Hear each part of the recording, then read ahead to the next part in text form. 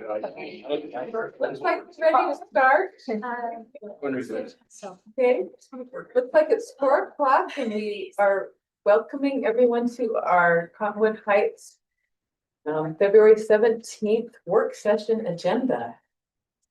So we welcome everyone who's here, and the first item on our agenda is a review of our business meeting agenda. So in our business meeting, following the Pledge of Allegiance, which I was going to ask Councilmember Heidi, you have not done that yet this year, right? Happy to, please. And then following that, we have our city council committee reports from our council members. So that will be my first time here as your mayor, hear from everyone, your reports, and we have 2 minutes each. And then following our citizen comments, which we have every this meeting, we have a public hearing. And the next item is that public hearing to receive input on proposed budget amendments for the 2025-26 fiscal year, which will be under our finance administrative and fiscal services director, Scott Jervis. Does anyone have any discussion on this at this point in our work meeting to cover that? No? This is the Anyone budget. have any questions? Sorry, I'm still trying to log in. Okay. Yeah, This is just, they're all ins and outs. yeah, they're predominantly ins and outs, so I'm trying to get my computer to come up. It's being slow. But yeah, they are predominantly ins and outs in terms of the whole thing. The only real, thing of substance that isn't ins and outs. Well, it kind of is ins and outs, but it's booking the $400,000 of new sales tax revenue line item on the county transit tax that comes into the general fund, and then we transfer it over into the capital projects fund. But that's the only major item in there. So then the other thing that I'll just say is not, if you will, normal, but we're recognizing the additional revenues we received from Butlerville Days celebration and the play that we held, musical, so that we can have that reflected accurately in our budget from both a revenue and an expense standpoint. And following the public hearing, we have reports, which this month is from our Cottonwood Heights Police quarterly report. And then we have 5 action items. These is consideration of ordinance 462, resolution 2026-12, making appointments to the Unified Fire Authority Board. And we have a change in our agenda on that. It was incorrect announcement. It is Council Member Burrell, who had been serving under the previous mayor for the UFA alternate, will continue serving there. And then we have resolution 2026-13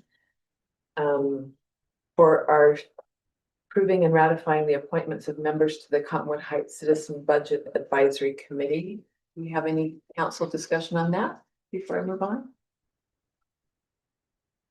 And consideration of resolution 2026-14, approving a consulting agreement for budgetary matters. And resolution 2026-15, approving an appointment to the Heights Advisory Committee. Yeah, this is Danielle LaCourte. She's actually, I think we're almost full, if not full on this committee now, and she's got a great communications background. It's going to help out a lot in getting the messaging out and reaching out to people. So Saw that. I counted, just out of curiosity, 24 members. We have room for 20. this is 25, just like, it's a full room. Yeah. Close. And she's a mountain biker. Yeah, I love that. She took the time to reach out to me, and so I've met with her prior to any of this. We have a lot of wonderful citizens in our city that always was. Then the next item on that agenda is our consent calendar, which is approval of the minutes for our city council work session and business meetings of January 20th and February 3rd. of this year, along with the mayor and city council retreat of January 24th. And I've read through the minutes. One of the council members commented to me that these are excellent minutes that we're getting on our meetings. I sent a few minor changes. I did too. These are AI generated now, aren't they? Or they're outsourced? Yeah, First. Yeah. They're outsourced. But I am the one I would like to compliment that in the 4 years I've served, I think they've continued to be improved and, the way things are stated and what's included is very helpful. So I want to thank you. I know our city recorder is largely, is that right, Tiffany? But we largely oversee that process. I send her the stuff, but yeah, we Yeah. have contact. Yeah. Yeah. Thank you. Okay, the next item on this work meeting agenda is our reports, and we have Evan Tyrell here from the general manager from Wasatch Front Waste and Recycling District. So we invite you up to our meeting. Give us your report. Thank you very much. That's the open. So you gave this. Stuff out right now. Good afternoon, Mayor Benyon. Congratulations on your recent election and any other council members who were reelected, and Pat staff and City Manager Gridley. Thanks for having me this afternoon. So today my presentation, it's quite data heavy, so I'm going to kind of breeze through some items, but feel free to stop me if there are questions or things I can further clarify as I continue on. And so I think many of you have met me previously prior to Pam Roberts' retirement. I've been with the organization now for roughly 6 months, and I've hit the ground running. And there's a lot going on, a lot of things I'm excited to share with this team today. Next slide, please. So a little bit about Wasatch Front Waste and Recycling. And so most of you are aware we did have a rate increase in early 2025 prior to my tenure. And so we've been really kind of trying to emphasize what does that rate entail? What are the services that are provided as part of that service fee for our residential customers? First and foremost, Wasatch Front Waste and Recycling, we operate as an enterprise fund, meaning we do not receive property taxes. We don't receive sales tax. We don't have any other subsidies coming in. So we're strictly a fee base that offsets the cost of our operations as a whole. And we're actively looking at a variety of items from administrative, operational to long-term planning initiatives that'll help to reduce our costs and ultimately keep costs as low as possible for our customers and residents within our service area. So what is included in that base $26 per month? Weekly trash and recycling collection. We do have the bulky waste collection program known as SCRAP, Seasonal Container Reservation Program. We're looking at ramping that up this year and ultimately optimizing that program in 2027 and beyond. Some of the other items, I'm not going to read from my printout if that's okay. We offer landfill vouchers for free landfill disposal for residents within our service areas.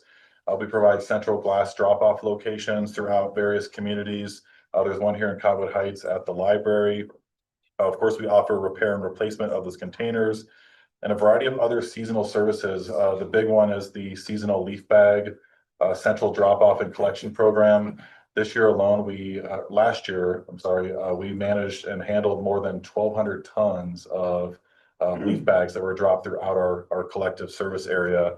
And then we have the curbside Christmas tree collection program, which are reclaimed at the Diamond Tree facility in kind of central county, Salt Lake County area. Then, of course, we offer a variety of education and outreach initiatives. James Kelsey predominantly provides our kind of flyers and information with regards to what's recyclable, what's not. We have some new guides I'll briefly talk about today as well. And then we do everything in-house. So our customer service is in-house, our billing and account management is in-house. And so at no point in most cases do the cities need to be involved in managing the operations. And we try to take that burden off of our partner cities in providing the services that we do.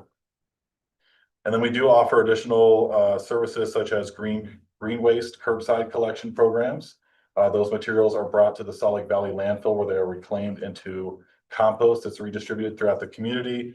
And we do offer curbside glass recycling through Momentum Recycling, which is pretty much the sole glass processing and reclamation provider in the region.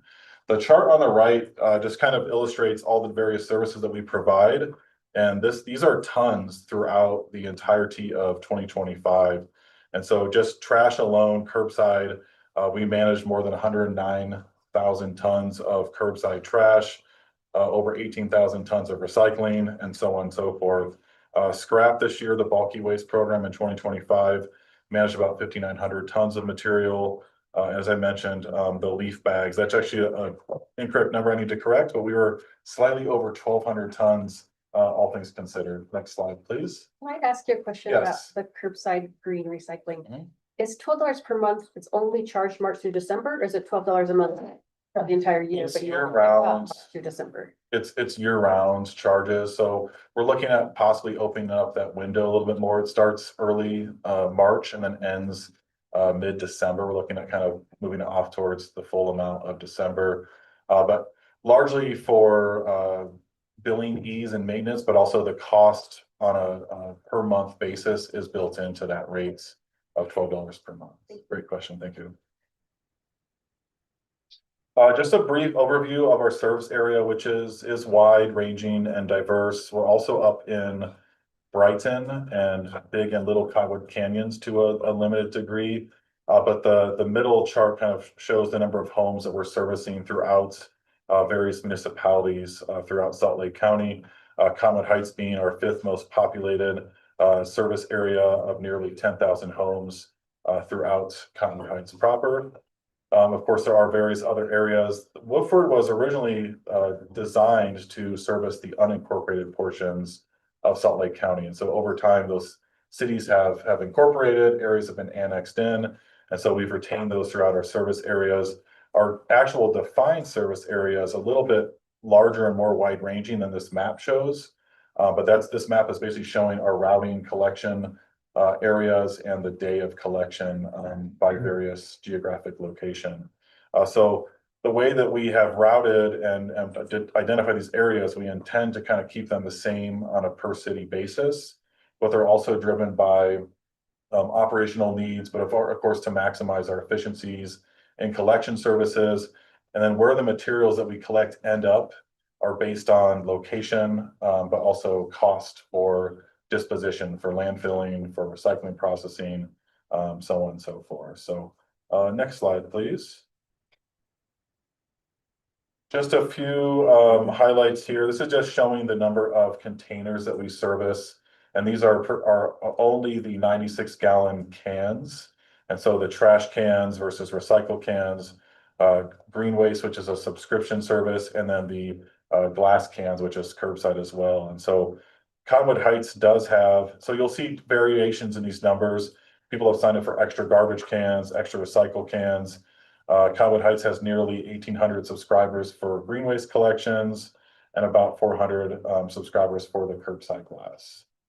Overall, when all things are considered and we're servicing, if every container was out on a per weekly basis, we're servicing nearly 200,000 containers per week throughout our collective service area.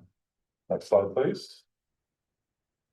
So you'll see a kind of recurring theme here. We're looking at various ways to visualize data and to make them more readily interpretable. The upper chart here is basically showing where the materials end up from the various service areas. So SLV LF, that's the landfill, Salt Lake Valley. TS is transfer station.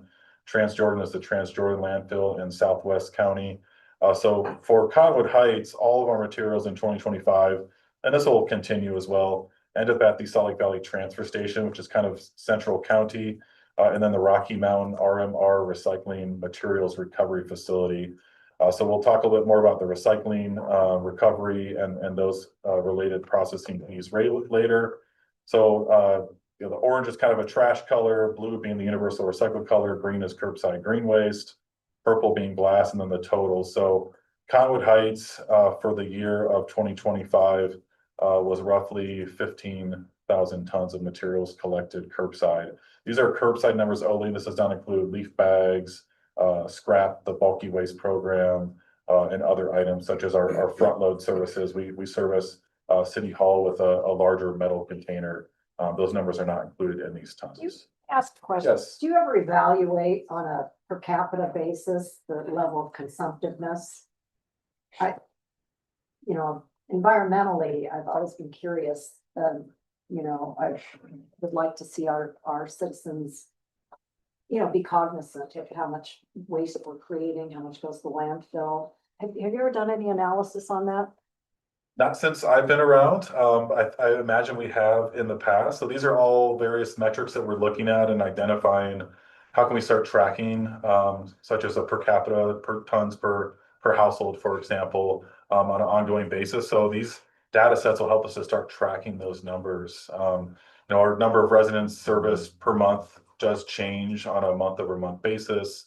Number of containers, for example, but those are great ideas that we're starting to look at and as part of our data visualization and evaluation. Well, because in Cottonwood Heights, our residents can get all three cans, the black, the green and the blue. Correct. So like in Murray, do they only do one or two out of the three possible services? I'm just seeing like, for instance, their population is greater than ours and yet they're, fraction of the tonnage, if I'm reading that. Right, so Murray, we only service the eastern portion of Murray proper.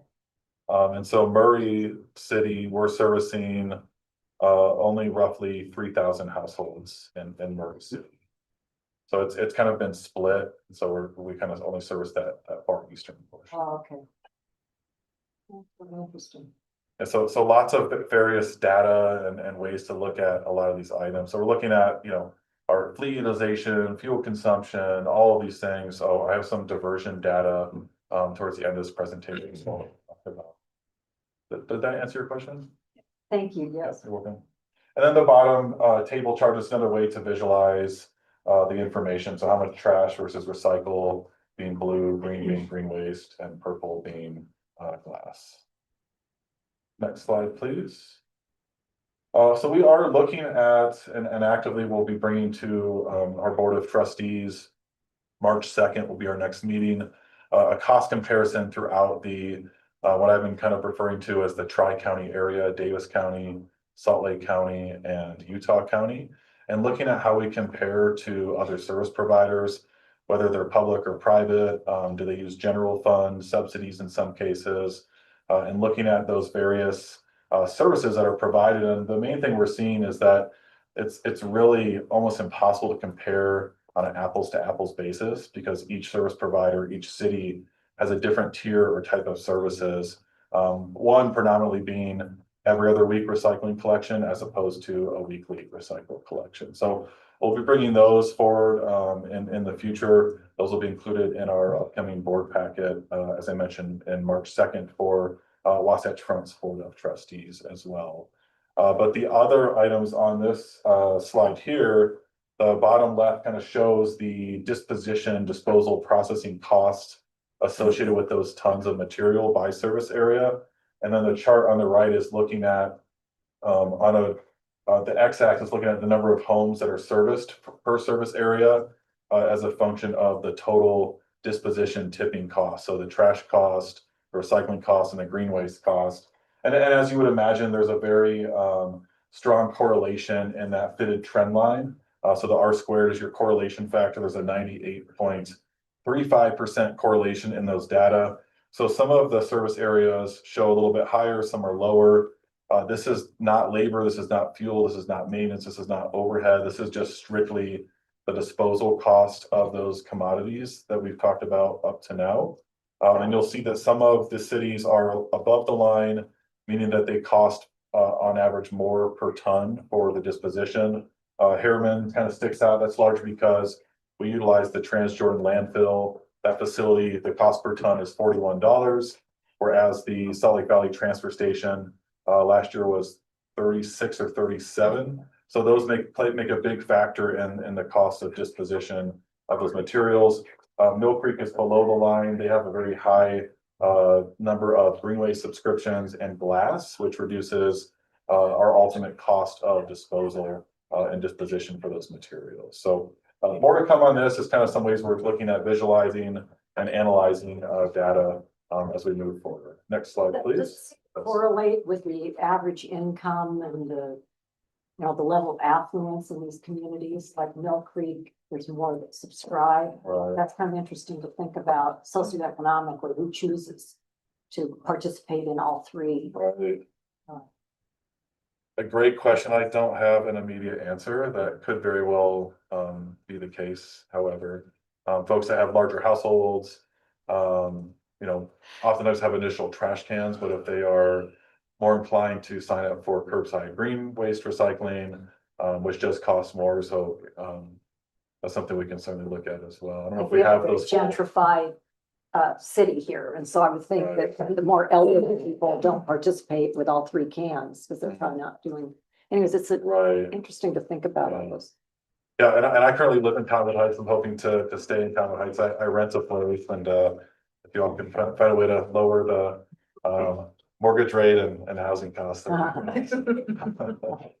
Great questions. Yeah, these are all things that we'll absolutely be looking at. So the next slide just shows the volatility in the recycling markets. So there's two lines here. The orange line shows our processing cost at Waste Management. That's much further northwest Salt Lake County, so a longer distance, longer transportation. Rocky Mountain Recycling is the blue line. They're more central and the more efficient for us to haul materials for recycling processing at those facilities. These prices are largely driven by commodity markets on a global scale. So if there's a high demand for paper or cardboard, those commodity values go up, meaning that our cost for processing goes down. And so when there's various supply and demand variations, these are also driven by composition audits that are performed on our materials that we deliver. So Rocky Mountain does audits based on various routes that are tied to various cities. So the proportion of materials that are not acceptable, trash, food waste, et cetera, is considered contamination. And so the higher the percentage of contamination, the more that we ultimately pay as part of our processing costs as well. But largely the main point of this slide is to kind of demonstrate the volatility in markets. I'm not sure if there's other global factors that are at play for this. But for example, where the line kind of crosses one another in the month of May, earlier in the year, we were hauling Taylorsville because they're closer to the WM facility, to the waste management facility. But once the prices went higher for waste management, we started to haul those materials to Rocky Mountain Recycling. So we're keeping an eye on these data and kind of making operational decisions based on them as well. For waste management, predominantly because of their proximity, Magna and Kearns, we mostly haul to the waste management materials recovery facility. Next slide, please. And if I'm going too long or if I need to rush through things, please let me know. I do appreciate your attention and great questions thus far. Our revenues and expenses for 2025, we did very well. A lot of these are initiatives that I've continued that were driven by my predecessor, Pam Roberts, is to drive down costs and resulting savings to the organization with the intent of keeping our rates as low as possible, but also postponing any future rate increases for as long as feasibly possible. With all things considered, as things kind of are currently ongoing, I'm optimistic we can avoid any rate increases through at least 2027, hopefully beyond. I don't have a crystal ball though, however, but we're doing a lot of things this year that I'll speak about to keep our costs low, to maximize our operations, and ultimately avoid any future rate increases. Matt, how's it going? So long story short here, our revenues were up compared to our budget for 2025, and our expenses were down quite a bit for a variety of reasons. We did start the year off before my tenure with a slight reduction in force. We've reclassed some positions. We've optimized our routing and scheduling of our trucks to minimize our fuel consumption, our mileage and hours, for example. We've taken an active approach towards verifying when people call in and say, hey, my trash wasn't picked up. We have video footage on our trucks that are tied into various telematics and GPS coordinates. And so if we can confirm that their trash wasn't out at the time of pickup, we unfortunately declined to go back and service them as part of that, because that does cost us quite a bit of money. So there's a large number of savings related to that.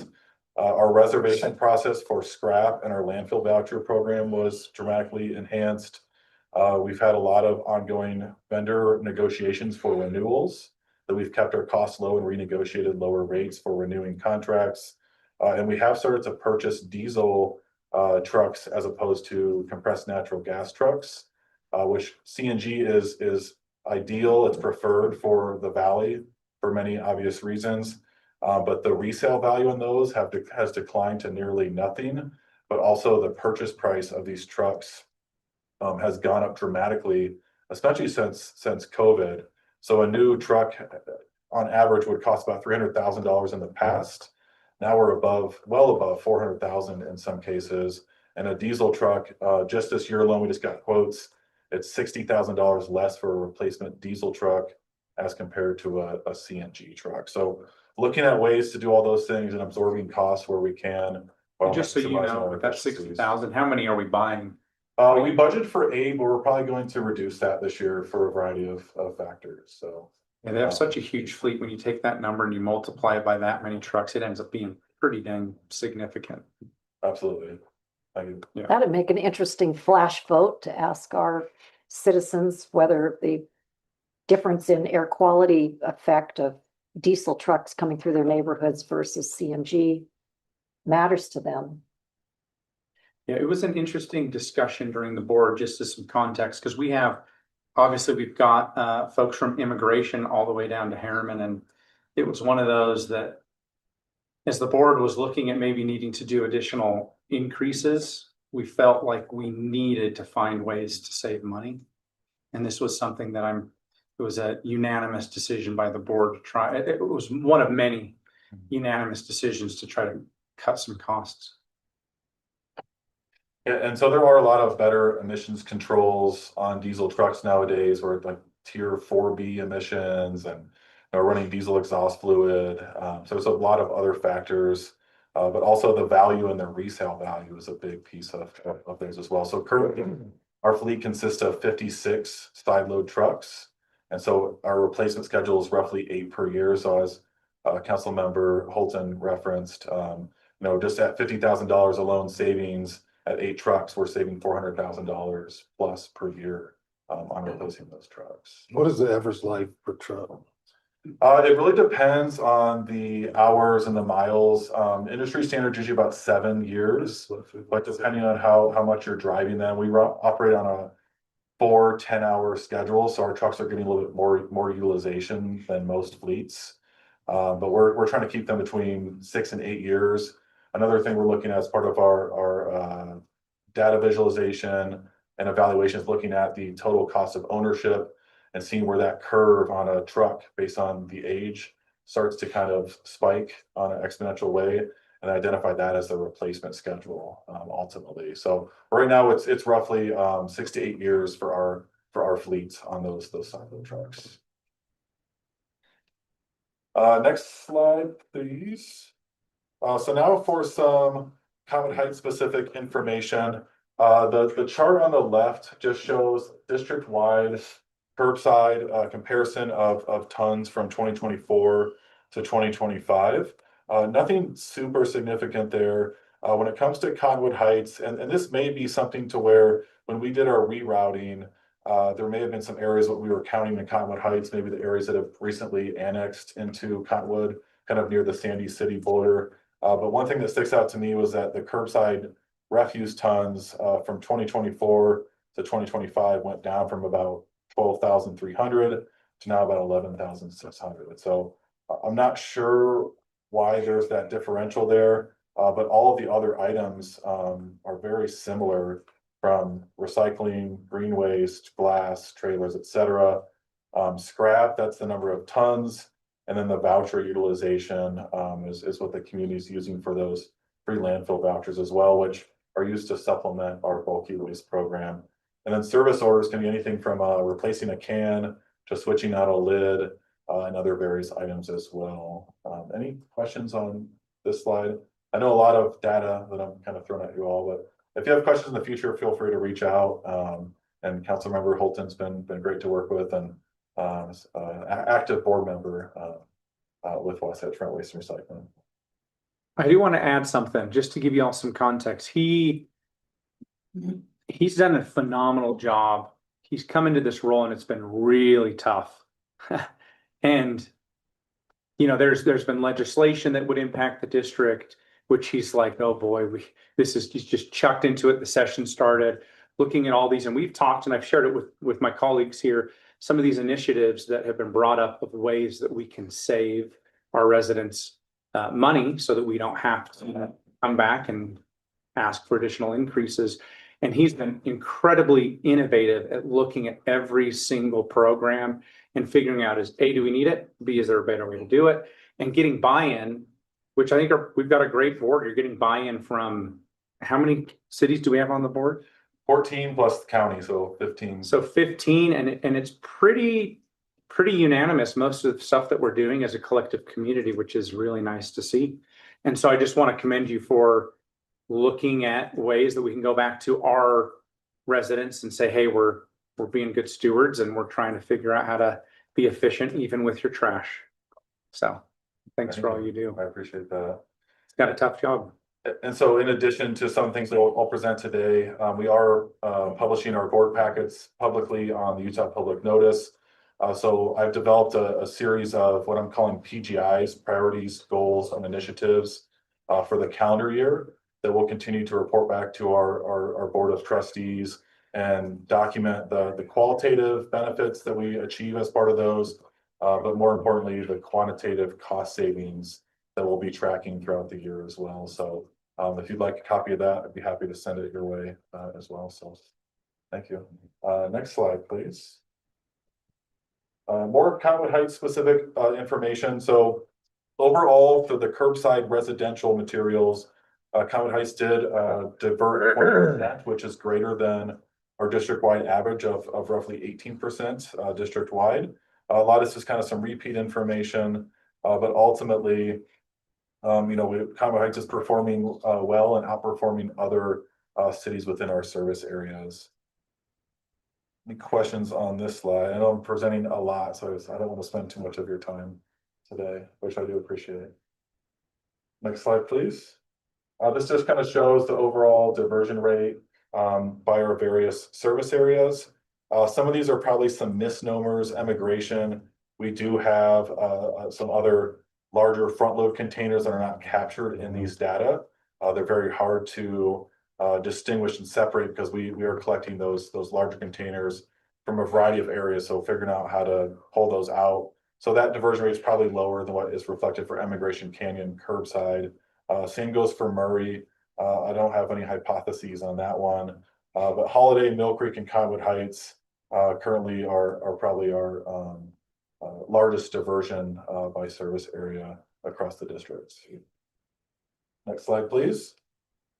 We are starting to review our partner cities' websites, and we noticed that there's some outdated information out there. These are brand new flyers that we just finalized late last year in December and January, I believe.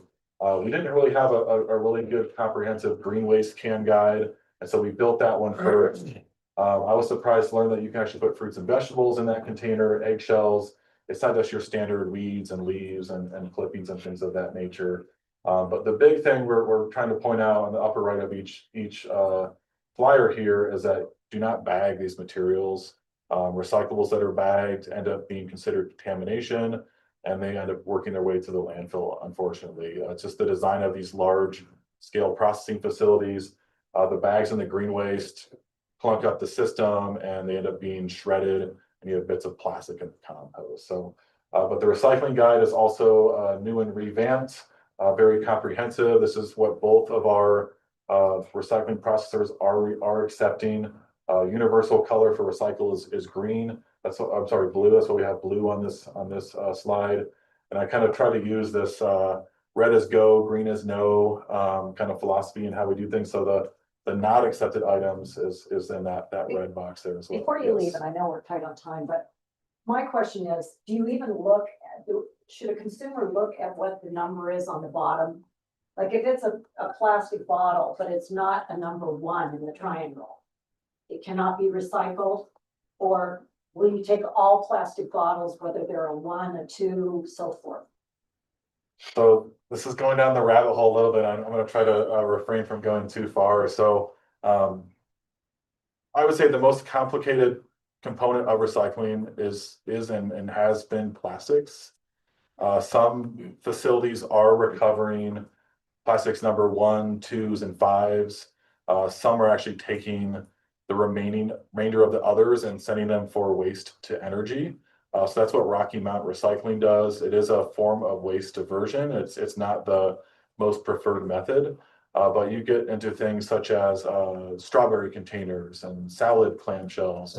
So those are labeled a number 1 PET, but they're most times 99 times out of 100 not being captured for recycling or recovered. And so what we try to do, and you know, different MRFs are kind of targeting more materials based on markets, but we try to basically use the shapes and sizes. So if it's a bottle, jar, jug, or tub, it's something that you should put in your recycled container. If it's something that's like flat, I'm gonna go down the rabbit hole if I continue. So I can provide more information on that at a later time if that's think a helpful. lot of my constituents tell me that they care about PFAS and they care about single-use plastic consumption. Mhm. And so I think there are a lot of people in our community that this is helpful, but it doesn't really answer, you know, the questions in their mind, you know, am I contaminating my recycling by putting, you know, these various things in that are gonna, as I can understand it, contaminate because there are unusable, or am I using the wrong terminology? Is contamination both putting in the wrong types of things contaminates, not just if it's greasy or, you know, food? Correct, It's- yes. And so those materials will be pulled out and those would be counted towards contamination. Yeah, But for the most part, if it's a bottle, jar, jug, or a tub, they are being recovered for recycling and kind of going on to new manufactured uses. but no to clamshells. Correct. Okay, thank you. And then the other kind of lingo is the recyclable should be empty, clean, and dry. And so instead of, you know, going crazy using a ton of water, just gently rinse items, but like a peanut butter jar, you kind of want to clean it out as best as you can. So limiting that residual material. So, Thank we you. can provide more information in the future on that, and we can even arrange tours of some of these facilities if that's something you're interested in as well. I'm generally very interested in all this. Yeah, thank you. You're welcome. May I ask a question real quick? Yes. I know they make recyclable garbage bags, like the blue garbage bags. Are those, do you like those recycled? Do you like them closed? Do you like them open? Like, what is best when it comes to the facility? So if it's plastic film or it's a plastic bag, we ask that those are not placed in these containers. So it's kind of keeping things loose in the bin. Because if things are bagged or even not even sealed in a bag, 9 times out of 10, those processors will pull those aside and they'll end up into the landfill. So, but plastic film and bags can be recycled at various drop points, Target, Walmart, etc. So I kind of, for me at home, I kind of keep a bag where I stuff plastic film in, and then once it's full, I bring it over to one of those locations. Did that answer your question?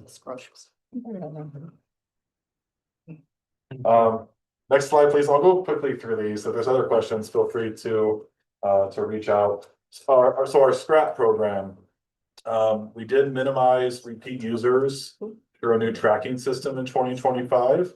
But we're also looking to ramp up our capacity this year. We've shifted resources from our previously fee-based trailer program that's actually been discontinued this year to ramp up our capacity to better serve and meet the demands for our bulky waste program this year. But we're also looking at possibly an entirely new means and methods and revamp of that program that may or may not start in 2027. We'll be bringing that to our board members throughout the year and providing more data to possibly look at a shift for that program overall. I received a notification for that program today. Okay. So when does it cease?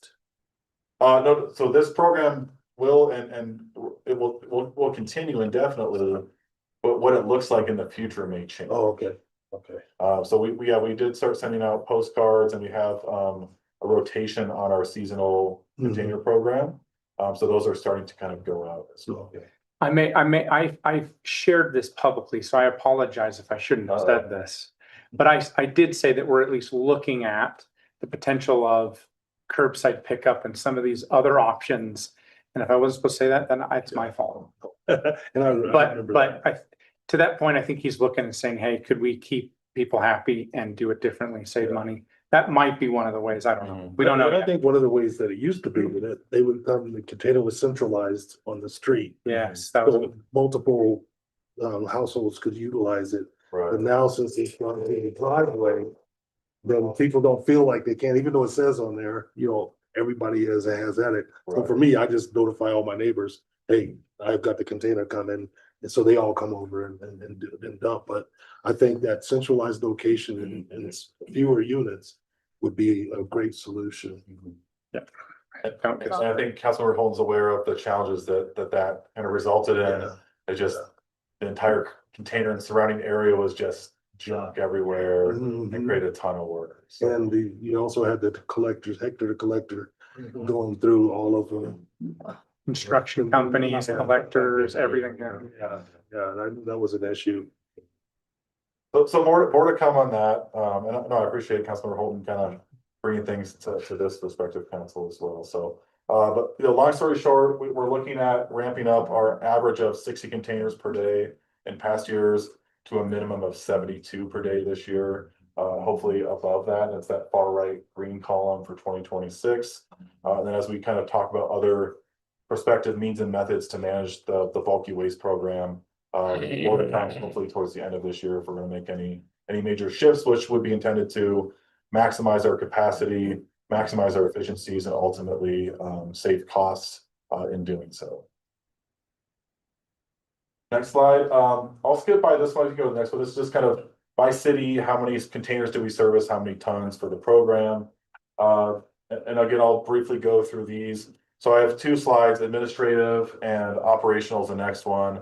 The primary focus here is to identify areas we can better streamline our administrative and operational functions, but ultimately maximize our efficiencies, reduce costs, and prolong any future rate increases. But ultimately to make sure that we are operating as efficiently as possible and optimizing our programs and services without reducing any of the service levels throughout our service area and partners. Next slide, please. Operations, same story. We are absorbing increased costs. We're seeing an increase in tipping fees at the Salt Lake Valley facilities this year. We're seeing an increase in labor for our fleet repair and maintenance costs, which are also quite high. So we're hoping to reduce our repair needs. And we are anticipating compressed natural gas prices going up. Diesel are projected to remain the same. So we're actively absorbing those costs where we can. But all these PGIs that I've talked about are in essence helping to reduce our costs and maximize our efficiencies as a whole. Next slide, please. And then we did have some new fees, and these fees are not intended to bring in additional revenue. They're kind of intended to provide the organization leverage to offset some of the costs for certain services and ultimately to maximize efficiencies to a certain degree. And so the top one's probably maybe the most contentious one. We've brought this to our board. They've adopted a tentative payment transaction processing fee. As most people probably are aware, the cost to process credit cards has gone up and is extremely expensive. But all of the online methods that we accept payments and process through, billing 86,000 customers on now a monthly basis, does add up significantly, even quarterly. So we're looking at going to postcard size billing, which should reduce our printing and mailing costs, maximizing our electronic billing subscribers. But one of these is looking at a fee that would be based on credit card or debit card payments that would hope to change behavior so people would shift to payment methods that cost us less money and ultimately reduce the cost. And ACHs would still be free. That's what we're looking at. And so We offer a variety of online payment methods, card, ACH was online bill pay, direct transfer from a banking account, cash, check, for example, there's a variety of methods. But what we're looking at is a card payment transaction fee, but yes, ACH, we're looking at keeping as fee free. Along as many other items as well. So the more we can get electronic subscriptions, reduce our mailing printing costs, reducing those ultimately, and then shifting behaviors to pay, not using a card, will help to kind of keep costs low, and prices to where they're at, hopefully. And then the other one, since we didn't have this in our fee schedule before, is we now offer, if there's a verified late set out where customer calls and says their trash was missed, we offer a return pickup for a nominal fee of $25. We looked at a variety of different cities throughout the metropolitan area, but also in various states, and came at that $25, which was approved. And then the third one is the recycling contamination fee. So this would be used very rare and far between, only if we have 3 repeat occurrences with significant amounts of contamination. We do support in education first. We have a oops tag program. We reach out to customers. And so only in extreme circumstances will we assess that fee on customers with recurring documented recycling contamination as well. But you don't examine each trash can. So how would you know that a given customer is the offender? My understanding is that only a whole truckload of waste is considered or audited.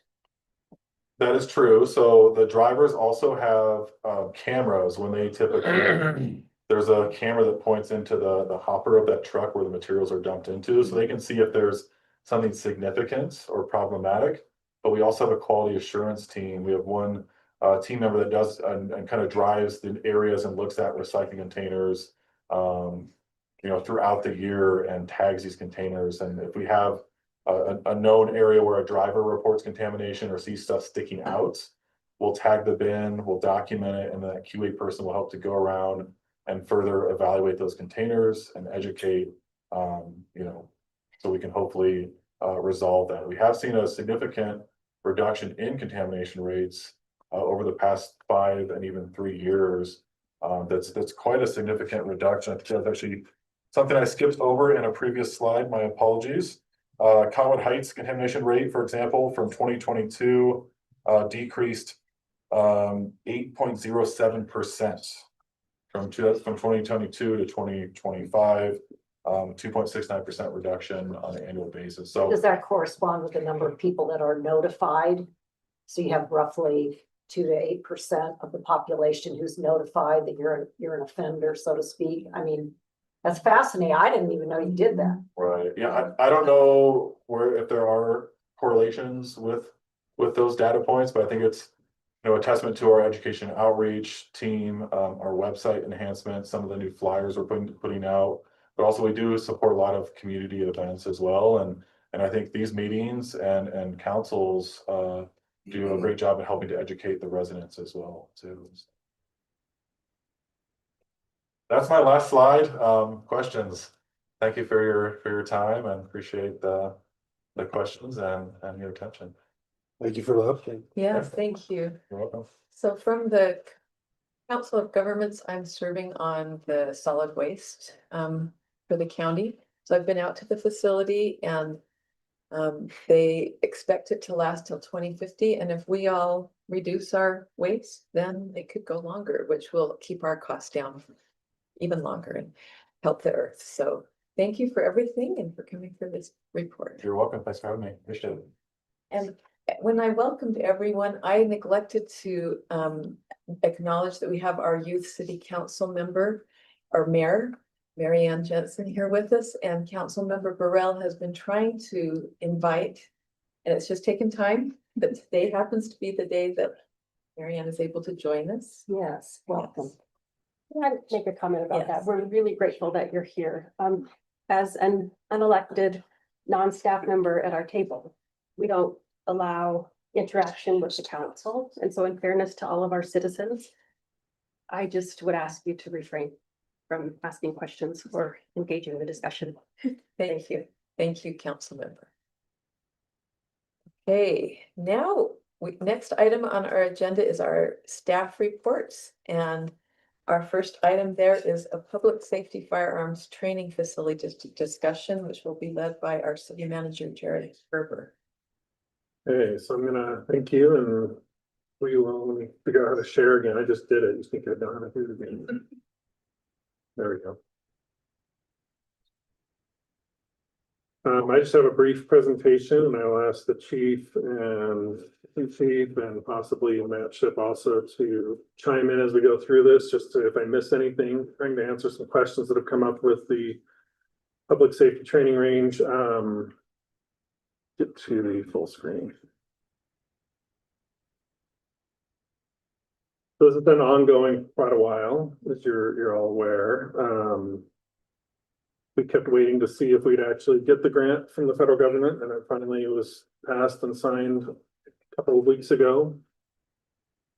So what this is, these are just some photos from the web that I pulled from a couple of the different training facilities they put together. So this is their virtual training where you've got the screen reactions. You guys will walk through this real quick.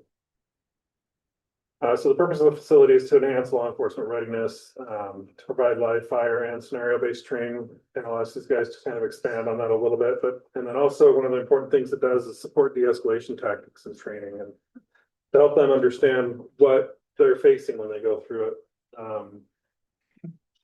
You guys want to expand a little bit about what the facility does? It's not just a firing range, it's an actual all-encompassing training range, so. Yeah, the Milo is actually, they're the parent company, bought firing range company, so they're actually more well known for their simulator and use of force training more than actually shooting. Milo is actually a company that's at the Attorney General's office purchased their simulator training through. It's a little bit different. It's not a 270 degree, just because you can do live fire with the training. So I don't want anybody shooting back at the back part of the line or where people are standing. So it's a one way, but it covers all sorts of use of force. So de-escalation and how the officers respond to the scenarios that they're given is how it evolves. So we're able to, if we have an issue with an officer, I could take them right to the range, set up a scenario that's exactly what they just went through in the field, and then retrain them on how it should have actually been done. I'd rather be able to do that in the front end, but it gives us the opportunity to give them actual real world training, and we get to set up the scenarios. We also get to set up the scenarios off of other events that we see throughout the country that are we don't want to happen. We're able to get ahead of trends that we're seeing. But it's also used as a firing range. We have to qualify, all of our patrol guys qualify twice a year on their pistols, once a year on a rifle. And right now there's only Murray Range and the Salt Lake County Range. And trying to compete with all of the state, local, federal partners, just to get a range time is getting harder and harder. Murray's range is a little over 20 years old. It's been out for about 3 months now. So everybody's scrambling even more for range time because the one range everybody's been using is down again. And really quick, the Murray range is down because they're waiting on parts, correct? Yes, their air handler went down, and it's a 20-year-old system, so they're working to retrofit some stuff. And some of you have used the AG's office simulator, so it's similar to that. The difference is when you use that facility, you're using a facsimile weapon that uses a laser. These actually use the officer's firearms. They use live fire in the scenarios. Go ahead. So a lot of this was in your background material. There's some things I need to clarify from the background material too, that I'll get into. But this would serve Conway Heights PD and we believe the other 20 plus agencies that are in the Valley. We think there's a lot of interest in there. The chief's been with the Valley Chiefs meetings and they've talked a lot about it. So much so West Valley tried to come in and steal the grant from us for this facility. So, I shouldn't say steal, I should say. We are in a public meeting, I guess it would be a better term. We do believe there's a lot of interest in there. While we don't have any signed MOUs or anything, like like the chief was saying, it's very hard to get into these other ranges. There's a big demand for them, so we feel like there will be a big demand here for this range. It's a modular design of prefabricated units. I think that we decided this was Six lane, so it's 6 lanes, but it's 25-yard length, yeah, 6 lanes, 25 yards, 3 connexes, 3 long. 3 long, 2 wide, 3 long, 3 wide. 3 and 3. Yeah, so it's 27 feet wide, 105 feet long. And as I mentioned, it's a live fire and VR simulation. You can utilize both in this range. The safety systems that are in, they've got an OSHA approved ventilation and a whole system that contains the lead and the casings and it's able to be gathered and collected in a safe manner.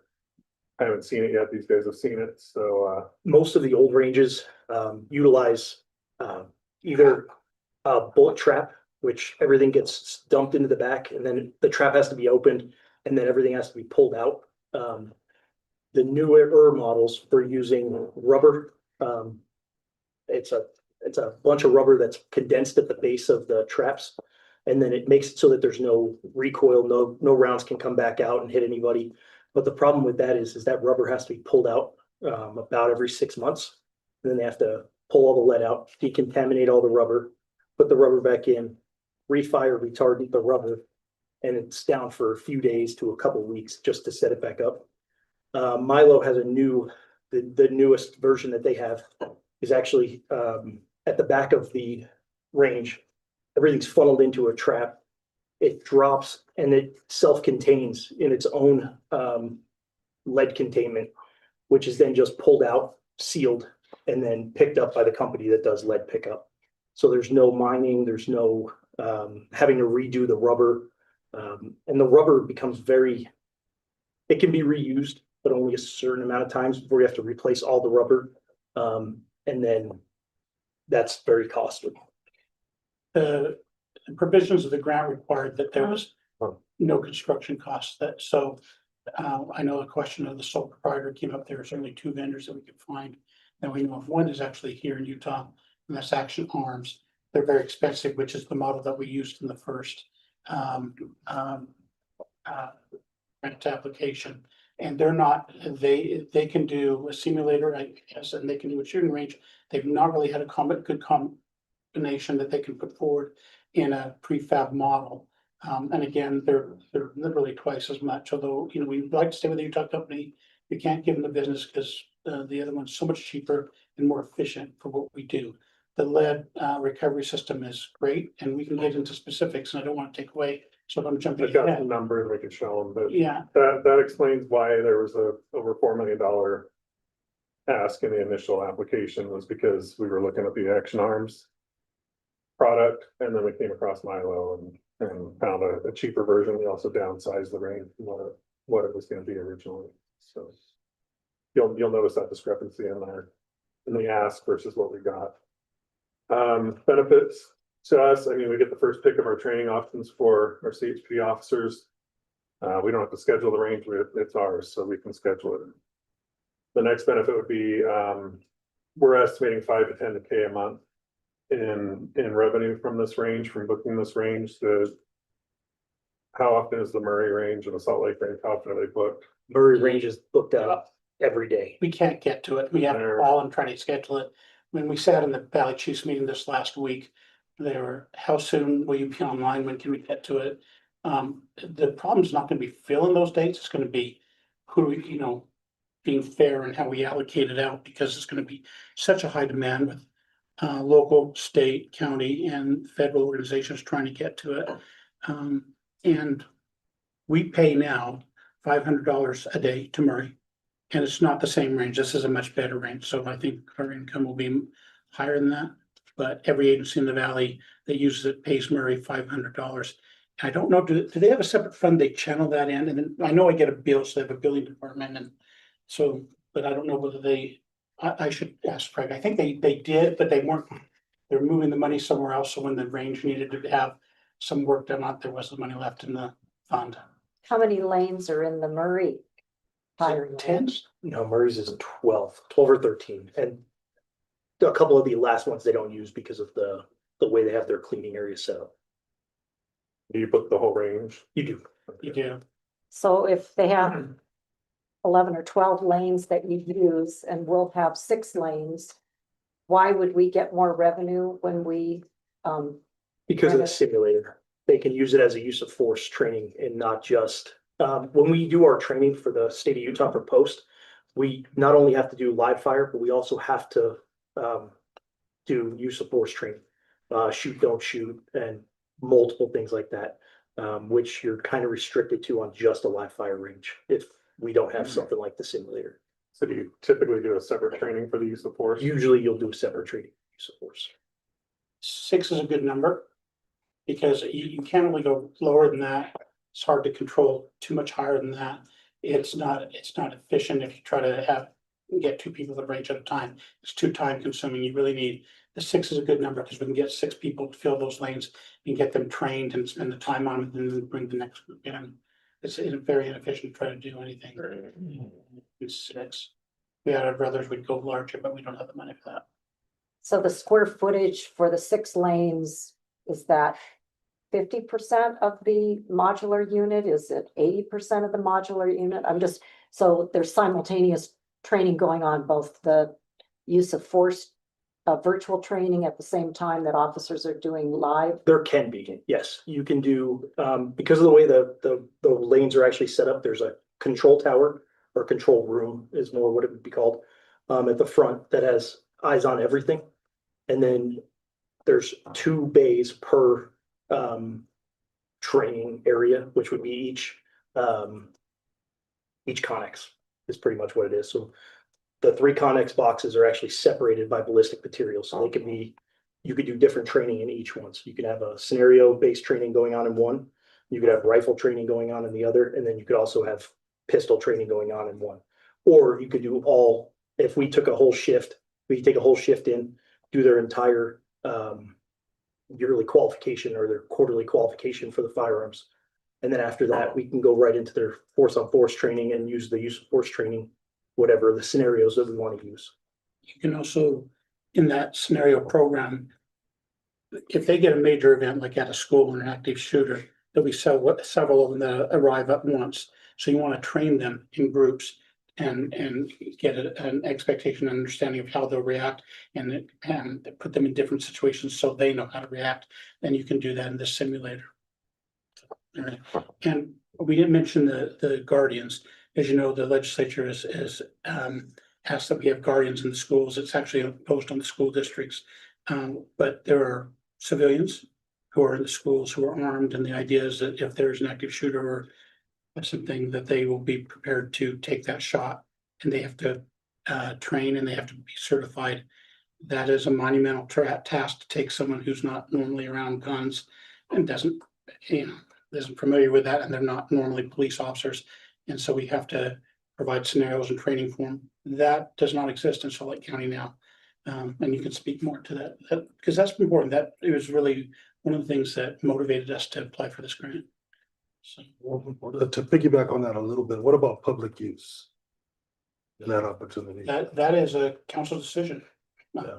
That's also. It's a policy decision. It is a risk. Yeah, That's what I was. It is gonna be, right now, we run a, when we're at the range, we have our range master, who right now is Captain Ricks. He's been our range master since we started.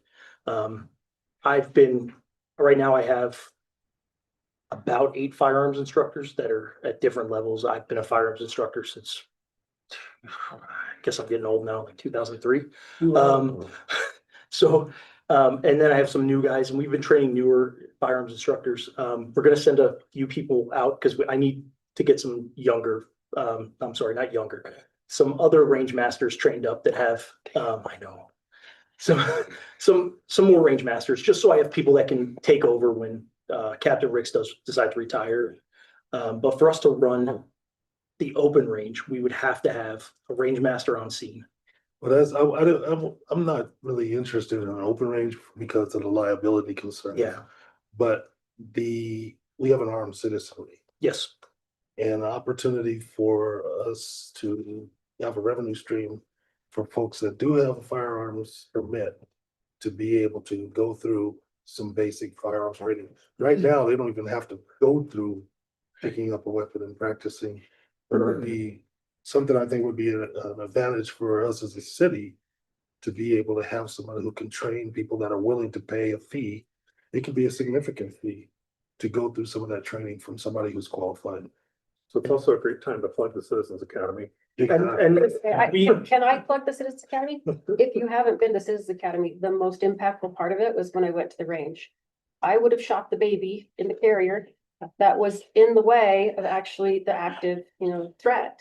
Or I just was really shocked and my eyes wide open about the effectiveness of scenario training. and I think there's a lot of people, as you said, that carry firearms. There's a lot of people that have no training, that carry firearms, that have never been in a situation where they need to have their firearm. And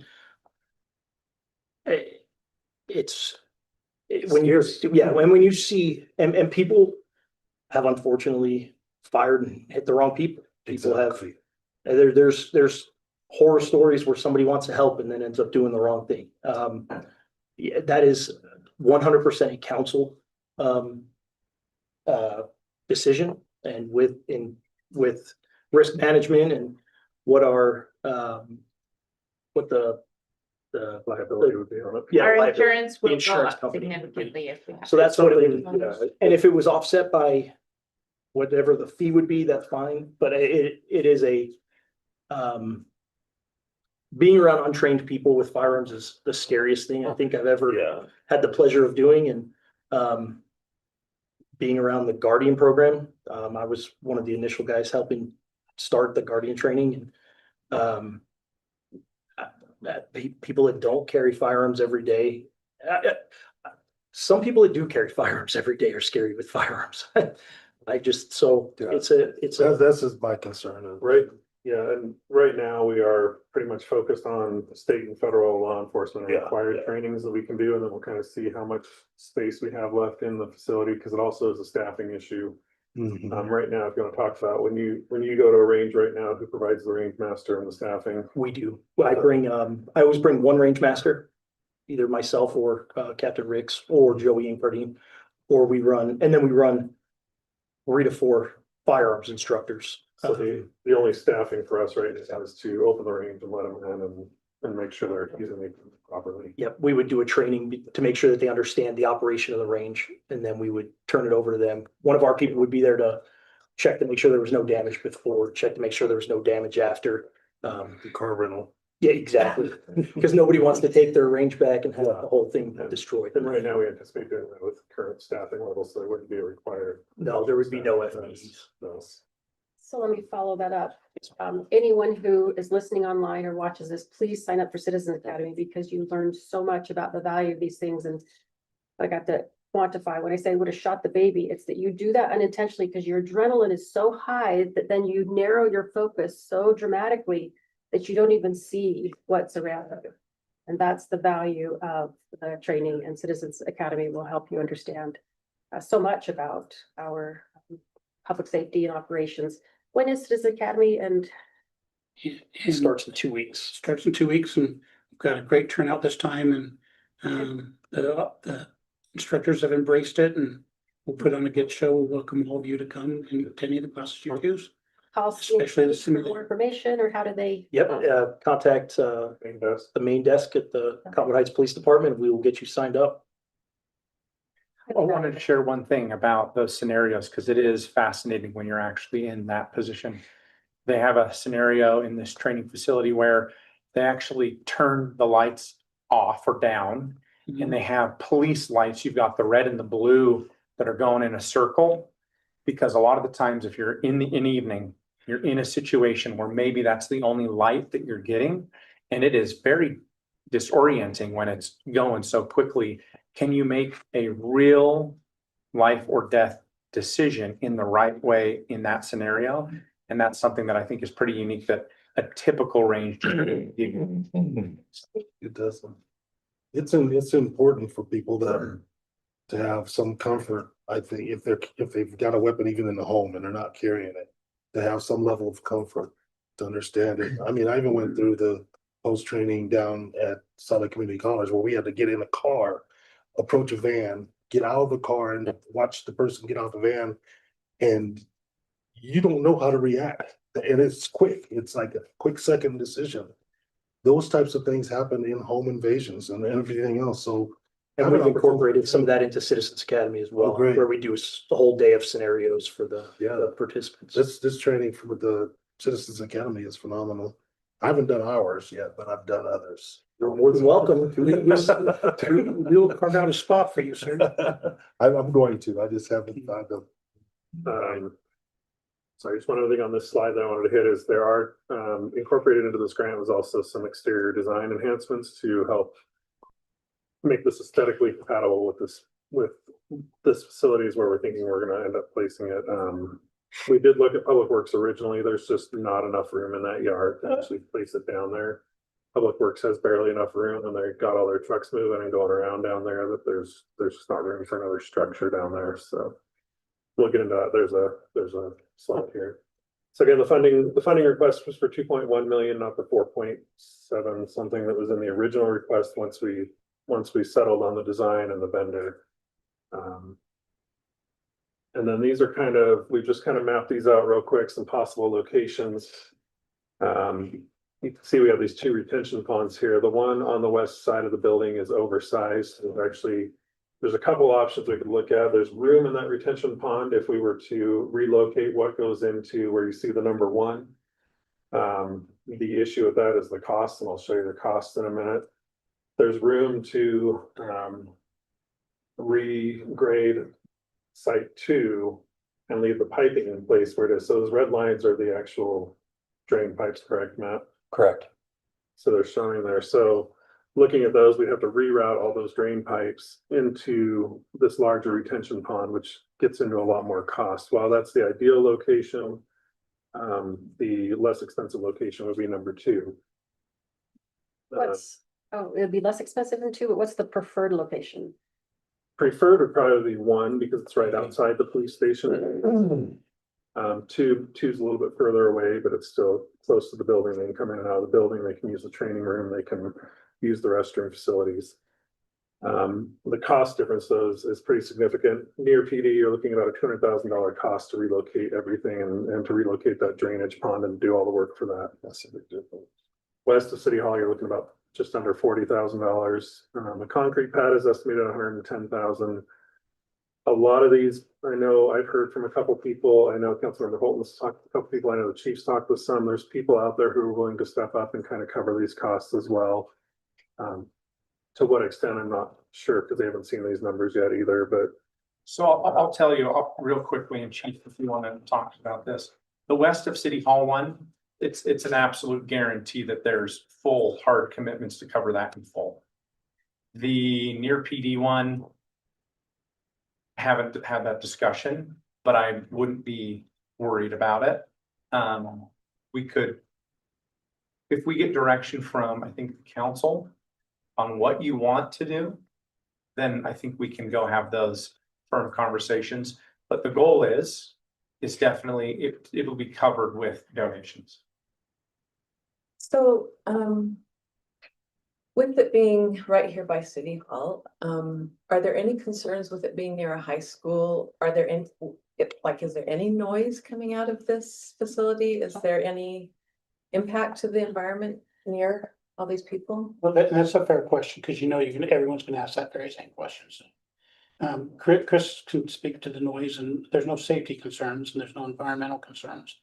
And the noise is. Yeah, the safety concerns, it's a completely contained unit. They've never had a failure on any of either one of the manufacturers, the Action Target, who's right here in Utah, or the Milo, which is down in Las Vegas. They're built to withstand much higher calibers than would ever be fired. And it's just not something that they've ever had a failure. The noise is, there is some noise. It's rated at under OSHA standards within, right outside the door of the building. Within 15 feet of the building, they say it's less than a car driving by. And as the further you go, it drops off. The OSHA standard is, there's still some sound from OSHA standard when you're standing right outside the door. That's where we had thought about putting in, the shrubbery, the taller shrubbery that helps deaden the sound a little bit more so that it does block it. But for noise wise with Bengal Boulevard right here, the high school, the noise coming out of the school, you're not gonna notice any real gain in sound. And then the safety issue, it's built to standards for exceeding anything that we carry. And then the environmental is well within the standards. We just need to maintain the filters, HEPA and all that stuff. Would you like to talk about the filters? Sure. There's two different sets of filters. It's a negative pressure building, so once you're inside, that's the way the air is moved, so it's negative pressure, keeps it all away from the shooters.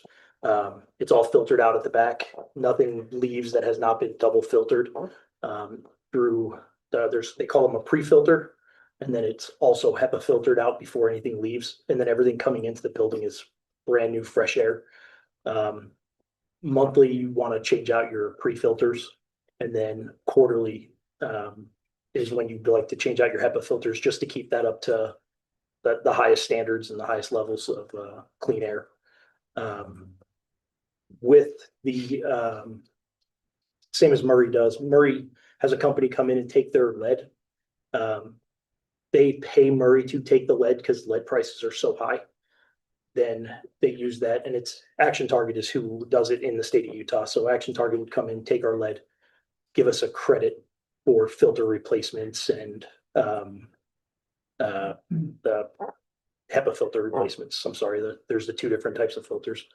There would be some cost, but I think you're under $15,000 a year for both sets of filters, the monthlies and the quarterlies, which would be offset by the lead. So you're talking closer to probably $4,000 at the end of the year for both sets of filtered replacements. And the collective fees would take care of And yes, that as well. and the renting out. And Murray says they do so well, they actually pay for their paper targets with the fees as well. They get accredited.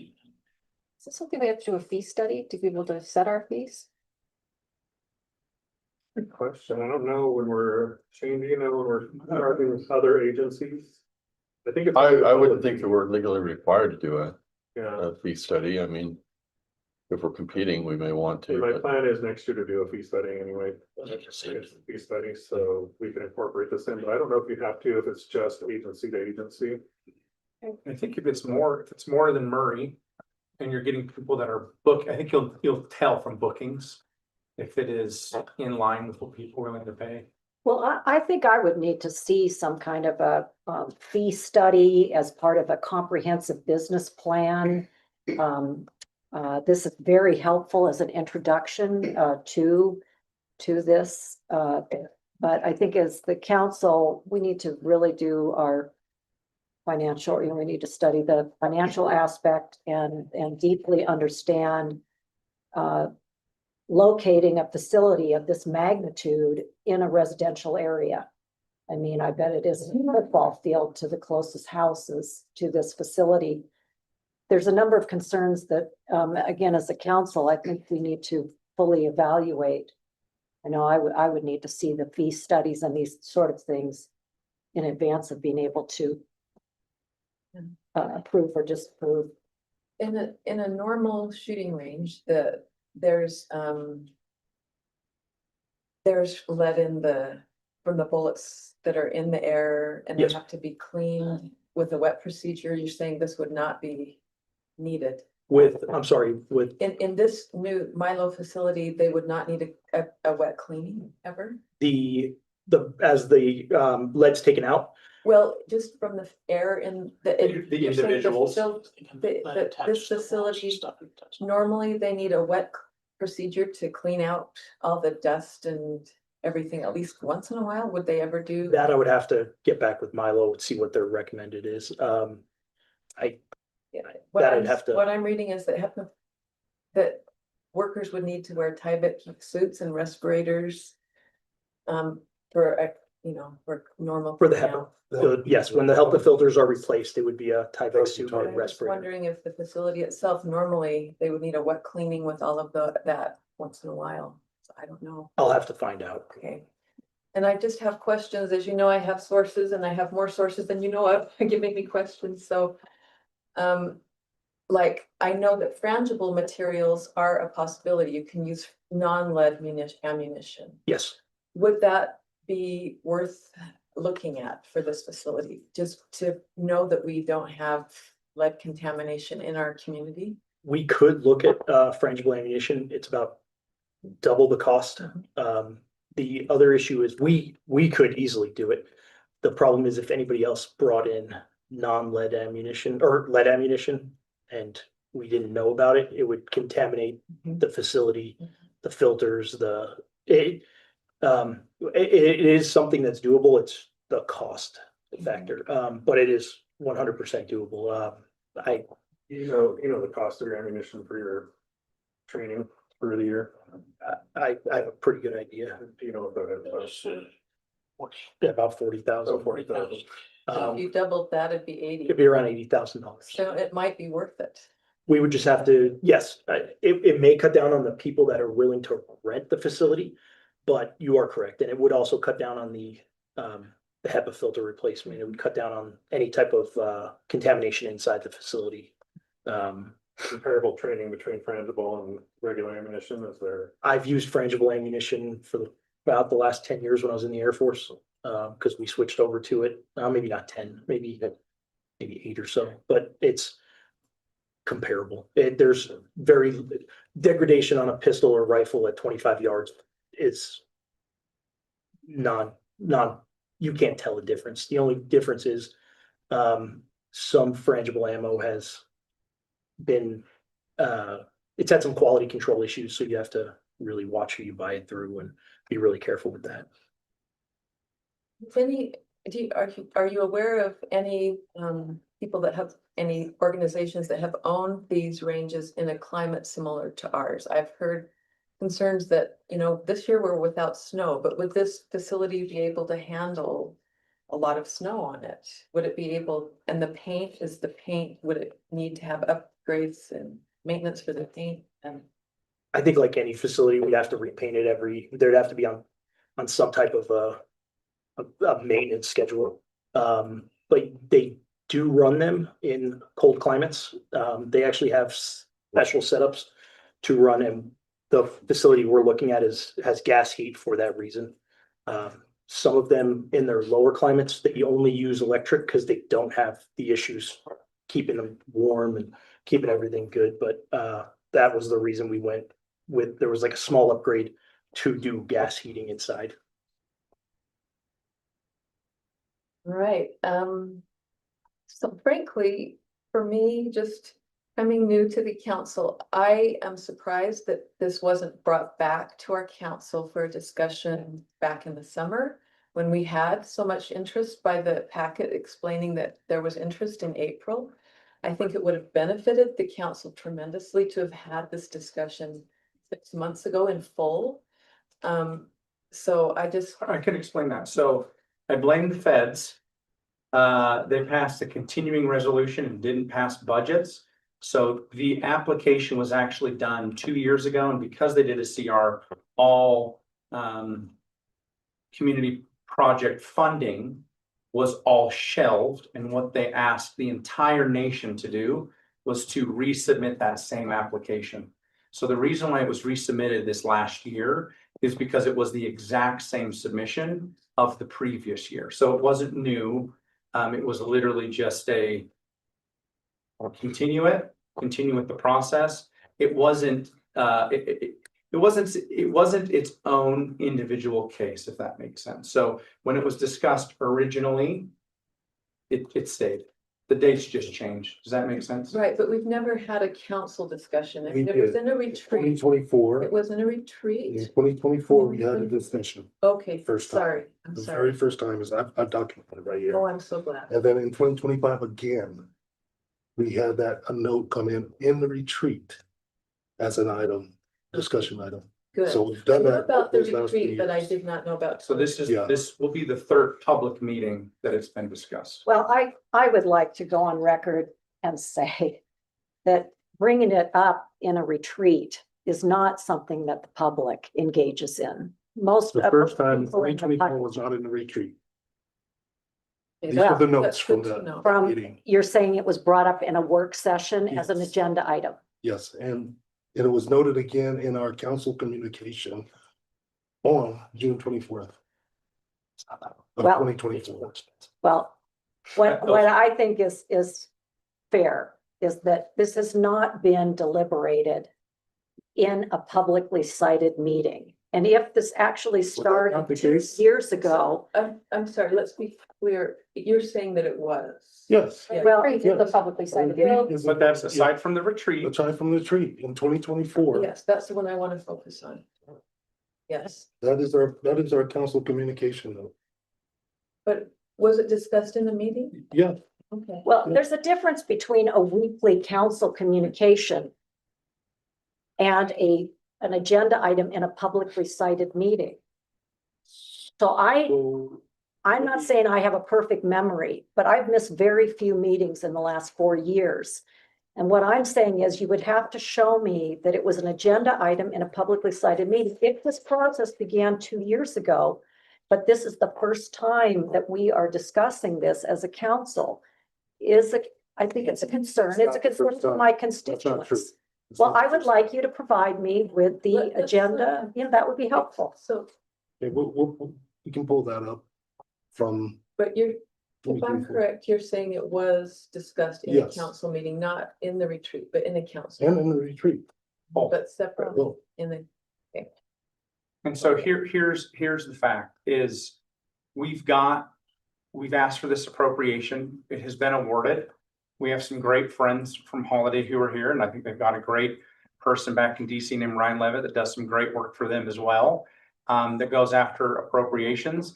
At the time when we started with Tim Tingy, this was something that was communicated and was supported at the time. So we did go after that. I think our former mayor from Holiday can attest that there was a CR and funding was pushed and we continued the ask. So here's the bottom line. There is a program to help with public safety training across the nation. We have $2.1 million that has been awarded to our city without matching funds required, which are not always the case. If you go after road funding and other programs, a lot of the time there are matching funds. This does not have matching funds.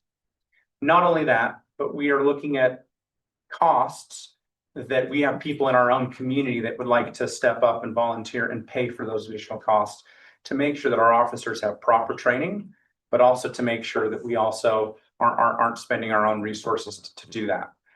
I think, again, we've talked about this before. I don't want to belabor it, but I would hope, absolutely, I am under no impression that this has been secret or hasn't been discussed. I think there's a lot of communication where this has been discussed. We started, when this first started, the discussion was, hey, we have never talked about this ever. Then it went to, no, we have talked about this in the last retreat. And then we hear, well, that doesn't count about this other time. And then Councilmember Newell brings up an instance where that was talked about in 2024. And my point is I hope that we shouldn't get in the nuances. Councilmember Newell is clearly showing that it was public. There is record. He can share that with you. I would hope that we could get behind this effort. I hope that it's a positive. I hope that we would also believe in making sure that our officers are properly trained, that they make sure that when they're put in these situations, that they can handle them appropriately. And I hope that we can look at this as a great opportunity. We go after grants constantly. And I don't know the last grant we have gotten where it was to this scale, where there was no contribution required by the city. So again, I hope it's a positive. Well, I am all for proper training, and we know that it's been a tumultuous history in our city. There was a wrongful death suit related to a young man who was shot and killed by a police officer. There has been great interest in de-escalation training, heightening the de-escalation training in recent years. So I want to be sure that I am understood, that I am in complete support of more training, better training, especially related to de-escalation. And I see that we are very enthused. Many people at this table are very enthused about this opportunity. I also know that taking on an additional building project, and whether we buy it as a modular unit or not, this is a built project that will come into our city. In my, again, time on the council, we have more than once taken on projects without enough funding for the operations and maintenance of those projects. It's partly why we're in a budget crunch this year and in a shortfall coming into the future. So I don't know if a city of our size, as amazing as a medium-sized city like Cottonwood Heights is, should be taking on a project like this when we have already, we're bonded in various projects. We have huge challenges of how we're going to maintain the many things that we have in our community. So this needs to have a lot of scrutiny, and so I have that. Sure. I also would like to better understand why this, as I could understand it from the correspondence that was in the package, which wasn't exactly what I asked for. I wanted to see any kind of documents. And instead of actual documents about what we have been awarded, it's been correspondence, which is somewhat helpful. But why is the DOJ, and particularly the burn funding from the DOJ, can that really be applied to the construction and the elements that would be required for this project? So let me be clear. So if you do believe in police training, I don't see what else would provide our city with better training than to have a facility where we can do it here with all different forms of technology. So I would hope that if we take that seriously, hopefully this is a solution for that. With this specific funding, this is police equipment funding, okay? So it's called the COPS program. It is specifically equipment. There's a reason why we're not building a facility. This is completely allowed under their own guidance to buy actual equipment for the police department at not our expense, at the Fed's expense. So taking on a liability, let's touch on that for just a second. Or sorry, the financial kind of upkeep and taking that on with a city of our size. I would say you are right. We have a tight budget, so thank goodness that someone else is going to buy this equipment for us. Also, this is equipment. We're not building it from ground up, which does mean that if for some reason a council in the future decides that there is continued maintenance and costs that are above what this is the city is getting through rentals, there's no decision that we have to keep such a thing. If for some reason 10, 20 years down the road, it's not in a great condition, you 100% can remove the container like any piece of equipment, just as it came in one piece and was put on a cement pad, that can be removed and disposed of. That is an absolute decision that a council can decide in the future. But today, I think what we're talking about is giving these people proper training, not asking for a budget adjustment to ask the city for more money. People in the community coming together to help support this. And again, it is equipment, does come here in full. If you do want to remove that piece of equipment as maybe the costs of repair are too high, you absolutely can do that. Can I add one thing when we're talking about public knowledge of this? I actually have in my notebook, there was a recap of the 2025 retreat in the City Journal that talked about this. And so, I mean, it always, some things kind of sneak up on us because there's so many things to talk about, but I think it is unfair to say this is the first we've heard of it. It's just that we didn't know all the details of it until now. And even especially the discussion of where it would be sited. It actually says that in the retreat, the location improvements and outfitting of a federally funded shooting range. Yes, So, I mean, the change to be so close to the city hall and houses where it was looked at. Far away from all that. I just hope that when we bring this back for further discussion, that we can have an annual cost estimate to run the facility, an annual, what we think would come in as revenue, clearly. I have and this is from a citizen that sent this to me, that this person who was a police officer in a prior life looked at staff, well, and the staffing, you're saying each each police department will bring their own staffing. So if we take that out, this person still sees over $100,000 cost for software, insurance, equipment, maintenance and calibration, and lead recovery. So I would hope that we look at refrangibles as a possibility. And you know, my husband served 26 years in the Air Force. I fully support our officers being prepared in every way possible. I just hope that we are looking at financially all the parameters that have not been discussed fully up to this point. I think that's fair to say. Absolutely, I agree. And some of the stuff, the nice thing about this company, Milo, is that the software updates, because of the company is mostly a use of force training company, their updates are all included in the purchase of the program. So it's pushed out to an iPad, and then the iPad just gets brought to the location and everything's run off of that.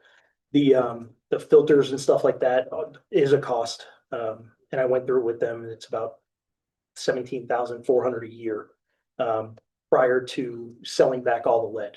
And the lead is purchased because it is a precious metal that is expensive. So Murray funds most of their filters and targets and stuff like that through that purchase back through the Utah County company.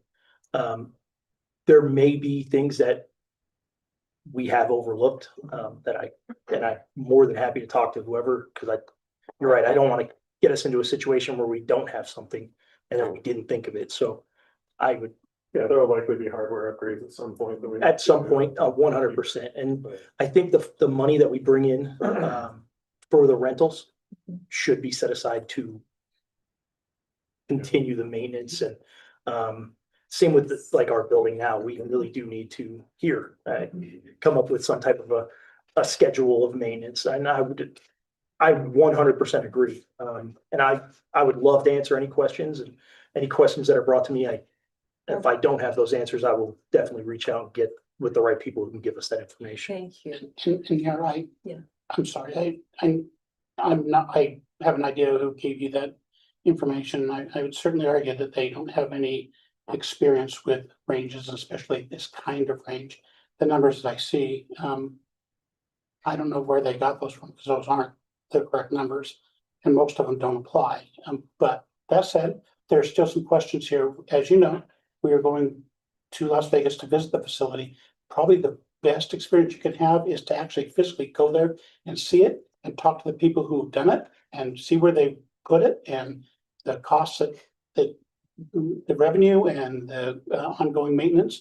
Councilmember Holton mentioned that he might not be able to attend and suggested that I invite one of the other members of the council to come with us. I think something that might work even better if they can give us 2 to 3 of their current customers that can give us that feedback, Done. and we can actually bring that here to the council. Yeah, Other 100%. municipalities. The other municipalities that are using it, that kind of information is invaluable. And Councilmember Highland has suggested that she would be interested in going to check this facility out. No, I'm good.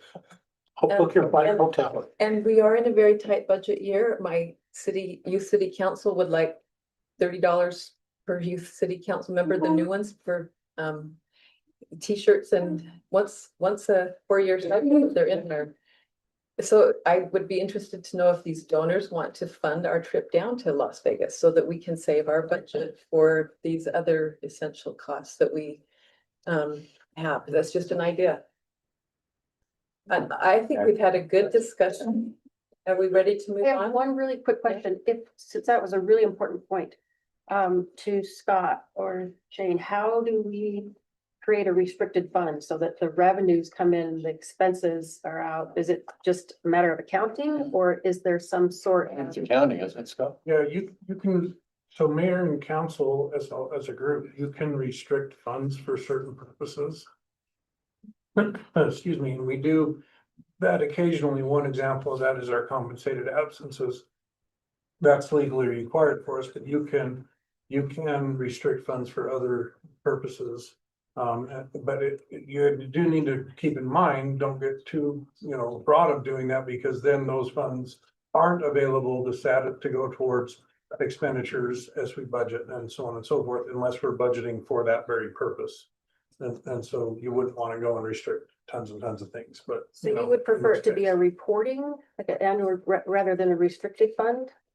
Yeah, because if we ran a whole separate fund for it, it's really a minor, I mean, we're talking $100, maybe $200,000 maximum. And that really doesn't qualify for having a whole separate true fund. It's small potatoes in the scheme of our whole budget. Do you have any other comments about, like, for example, I gotta go back to Butlerville days when they gave us basically a P&L and said, hey, we're only spending $25,000, but the staff costs were not in the P&L. So how would you approach making sure that all of the related costs are then reflected? If we had a P&L just for this, what would we see? Well, it's hard because this is the type of expense that really belongs in our general fund budget. It doesn't belong in another fund from an accounting perspective. We can give you a P&L and whatever based on an activity, which is exactly what the Butlerville days, could be, and so on and so forth. So we can assemble that and show that according to that. But in terms of, because we have components like in Butlerville days, their police have a component, public works have a component, and then a lot of the other component resides in what's traditionally been reported as that. And so it's kind of looking at a budget this way and this way, and being able to do different sums based on an activity versus on a functional component. And that's kind of what we would be doing in that manner, is summing that up in terms of for arrangement. In this case, it would just be, revenues coming in from the range versus specific expenditures, which wouldn't probably include, personnel expenses. Well, that's, I think the essence of my question is there's direct costs and there's indirect. How do you get to the indirect costs? We just have to define how we're gonna do that and or collect them in with a certain activity code basis or something along those lines, and then we can summarize that up. Okay. Well, thank you. I think this has been a good discussion. And I'm in support of our officers being trained, and so thank you. I'll say one thing about Yeah. t-shirts for you, city council. I'm Yeah. pretty sure we buy them every year, but I'll get with you afterwards. Yeah, we're gonna look for. Okay. And now our next discussion is a discussion of interfaith coalition. So I'll just introduce this by saying that I was reached out to in December to learn more about interfaith coalitions that we have in Holiday. They have been having an interfaith coalition for 24 years that is not connected with the city. And then Mill Creek started an interfaith coalition back in 2022. And so this is just a discussion about what it could mean for our city to have an interfaith coalition. And so maybe I will invite Jeray, and Paul. They were the first to meet me, and then following them, I would like to invite our past mayor from Holiday, Rob Dolly, is here to share his insights. He's been involved for a decade or more, it's been a decade with this, and has a great sense of what it could mean for our city, and even how it could affect some initiatives that we have with our police interacting with the faith community. So how it might help with that too, be part of this discussion. So do you two want to come up first? Or maybe Rob should come up with you. However. And as long as they're coming. Good to see you. Where would you like me? You go ahead here. Sit here. Sit here during the meeting. You can sit right here. Okay. We had an opportunity to meet Mayor, well, at the time, I think it was Mayor-elect Vinyan. And so my wife, Jeray, and I, we actually live in Holiday, so we love Holiday area. But we've had an opportunity through our church, we're members of the Church of Jesus Christ of Latter-day Saints, to actually try to build interfaith bridges, right? And so we've been visiting different faith communities in the Cottonwood Heights area. The sole purpose is just to make connections and friends. We've been doing it about 6 or 7 months, and it has just changed our lives. What I mean by that is we have met and become friends with members of the Muslim faith, the Jewish faith. We've become wonderful friends with Father Adrian at the St. Thomas More Catholic Church, who I think Mayor Benyon met, and a small little Anglican church just east of Target. A wonderful church down by the Old Mill area, and so we just reached out to the mayor and says, you know, Holiday has a great model. Holiday City has a great model. We've been to some of their events over the years, and we just thought it's such a community building, unity building, and service oriented type of initiative that can bless any community. So I guess we're just here to be support from our perspective. And I know there's probably a lot of, we're very sensitive to the fact that the church that we participate in is a majority in the area. And so what we like to do is just step away. In other words, we're not here to run anything. We're here to sort of like facilitate and generate. And as part of this experience, we also, so just to be aware, there's a Greater Salt Lake area interfaith roundtable. And this was initiated back around the 2002 Olympics. So just to be aware, there's sort of this broader interfaith roundtable. There's smaller city roundtables. We participate in the Salt Lake Interfaith Roundtable also, and we meet with many different faith and religious leaders outside of Cottonwood Heights and outside of Holiday, just as our work. It has just been so rewarding for us to have this opportunity. And just one thing that might be interesting is we participate a lot with the Muslim community. And my heart has really, grown to love them and some of the challenges that our Muslim neighbors face with misunderstandings and misconceptions that you can imagine are a result of a lot of things. These are great neighbors and friends of ours, and they feel somewhat isolated in our community because many of them dress differently. And of course, when we think of Muslims, we often go right to the Middle East, the Arabs, 9/11, and all those kinds of things. And nothing could be further from the truth in terms of our Muslim neighbors here. So we're just fully here to help facilitate whatever we can do and just to be friends. And we're just interested in something like this succeeding because we've seen it and participated in Holiday. We've seen it, to be honest, individually, how enriching it has been for our personal lives, just completely enriching. So that's anything else we should have, if I said too much? No, I think it's great. I think it's what he said was, we're just in such a time when there's so much disunity, in our politics. And this is just something that can go away from that.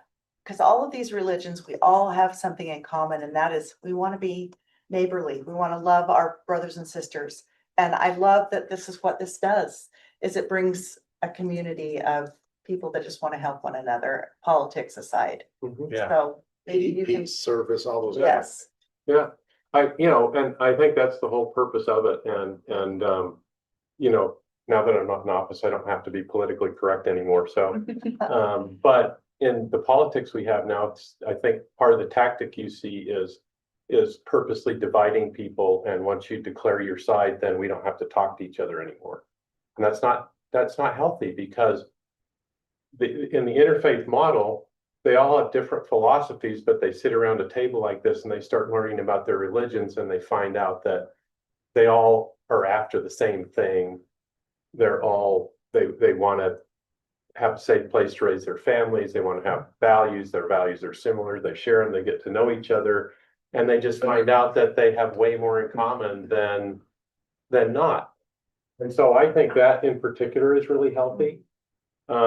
It's an educational piece because, like you say, if you didn't have the opportunity to meet your Muslim neighbors, you really don't know much about them, and a lot of it's very foreign. But once you find out about what they're after and the 5 pillars and how closely that aligns with the 10 Commandments, which is part of the Christian model and the Judaism, and then you start bringing in the Buddhist philosophies.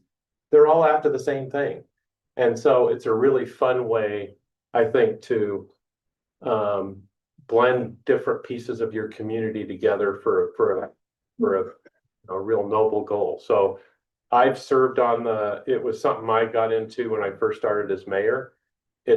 I served on the Interfaith Council the whole time because I loved it. I loved what they did. I formed really close friendships with people that serve. We just lost a couple of them. Jim Costanis, who was from the Greek community, who was the founding member, and we just lost Marty Gelman, who was a member of well, I'm not sure if it was Colami or the synagogue up in Park City, but I don't know why you wouldn't want to do it. There's not a downside. Now, you did mention we did not charter this when it all started. I don't know why we didn't do that, but we just never saw a reason to do it down the road. You guys may want to do that where you appoint members to it. We've just never got to the point where we saw a need to really formalize it. But I know you guys are tight on time. I'm happy to, Mayor, if there's anything you want to know specifically about what we do. I know you guys, you guys came to our. We were here, we were in the CAP meeting last month with Mayor and. You might want to share the Thanksgiving. Yeah, that tradition, some of That the things you guys have done, I think. Yeah, I'll try to make it really quick because I know you guys are on a tight time, but we have, I think, 8 or 9 different religious faiths represented and we've gotten over the whole. When we first started, the Latter-day Saint community was really sensitive about not wanting to, be too aggressive with it. Well, everybody's over that now. Rachel Matthews is a member of one of our big stakes, and she's phenomenal, and they all just get along great. We don't have that issue. But really the bulk of what we do centers around our Thanksgiving service, which always occurs the 2 Sundays before Thanksgiving. So it's really set up to bring in the holiday season, and it's always centered around gratitude is the theme of our interfaith service every year. We have usually a speaker that we go out and get, both a youth speaker and an adult speaker, and their messages are centered around gratitude. And then we blend in some musical pieces, and we try to keep it hour and 5 minutes, hour and 10 minutes. We all volunteer to bring some food in, and it's a great event. It's swollen to the 500 to 600 people typically attend, so it's kind of limited where we can actually hold the event now. It's usually St. Vincent Catholic Church or maybe one of the LDS stake centers can accommodate it. We put it in the junior high, which has been great, but I think we're going to move it back to St. Vincent's. They've also, when it first started, I was really fighting against them doing other things because typically, as you all know, the people that are doing a lot in the community, they're all the same people. And I worried about them overcommitting and then being like, this is too much. I've got other stuff going, but they have pushed to try to do another event during the year. And last year they coordinated a big gathering of school supplies for the Cottonwood High School food pantry that was incredibly successful, and they loved it. So they're also doing one event a year where they're going to do something from a fundraising standpoint in the community, but the bulk of the work will start, next week. They'll meet. Typically we have a lunch. Next week we won't have lunch because we're in Ramadan. And when we enter Ramadan, out of respect for our Muslim members who do not, as you probably all know, don't eat from sunrise to sundown. So we don't do lunch during Ramadan, but we usually have lunch brought in, and we spend the year putting that together and doing some other. Oh, we also have Michael from the Catholic community started a roundtable that we do once a month on Mondays. It's a very small, it's about this many people. He puts out a topic that they discuss and people show up, and it's starting to gain momentum too, where people show up and talk about, the Baha'i community, or what are your traditions surrounding marriage? Whatever the topic is, and they'll blend it into the different faith practices that we have. I think we have 8 or 9 different religions associated with our Interfaith Council now, and about 28 members. So it's a great group. anything that can increase understanding and acceptance is definitely worthwhile. I am unclear what the ask is. Is it a funding ask? Is it an administrative ask? Is it just can you have a council member just to be aware to create connections ask? What is it that we're talking about? This is new to me. Well, Mayor, you're looking at Mayor, the wrong maybe you person. can ask the question. I don't know. There's, So we're gonna have Rachel Keeney? Yeah, I think Rachel's been working with our Rachel, right? I have Yes. been working with your Rachel. I'll just tell you from the holiday standpoint. I want to say our budget is $2,000, which covers lunches. And it covers some of the food. If somebody wants to be reimbursed for the food they bring for the event, but it's pretty small line item. So, you know, I'm a man of faith, but I'm also a man of the Constitution. And my concern here is the First Amendment of the Constitution and the separation of church and state. There is a clear wall that was created by that amendment to not bring in faith into the governance of, for example, a municipality. What it sounds like we're heading into is something where we would be sanctioning some semblance of sanctioning an event, a faith event through the city, which really by Constitution cannot happen by the First Amendment. I also have groups I work with.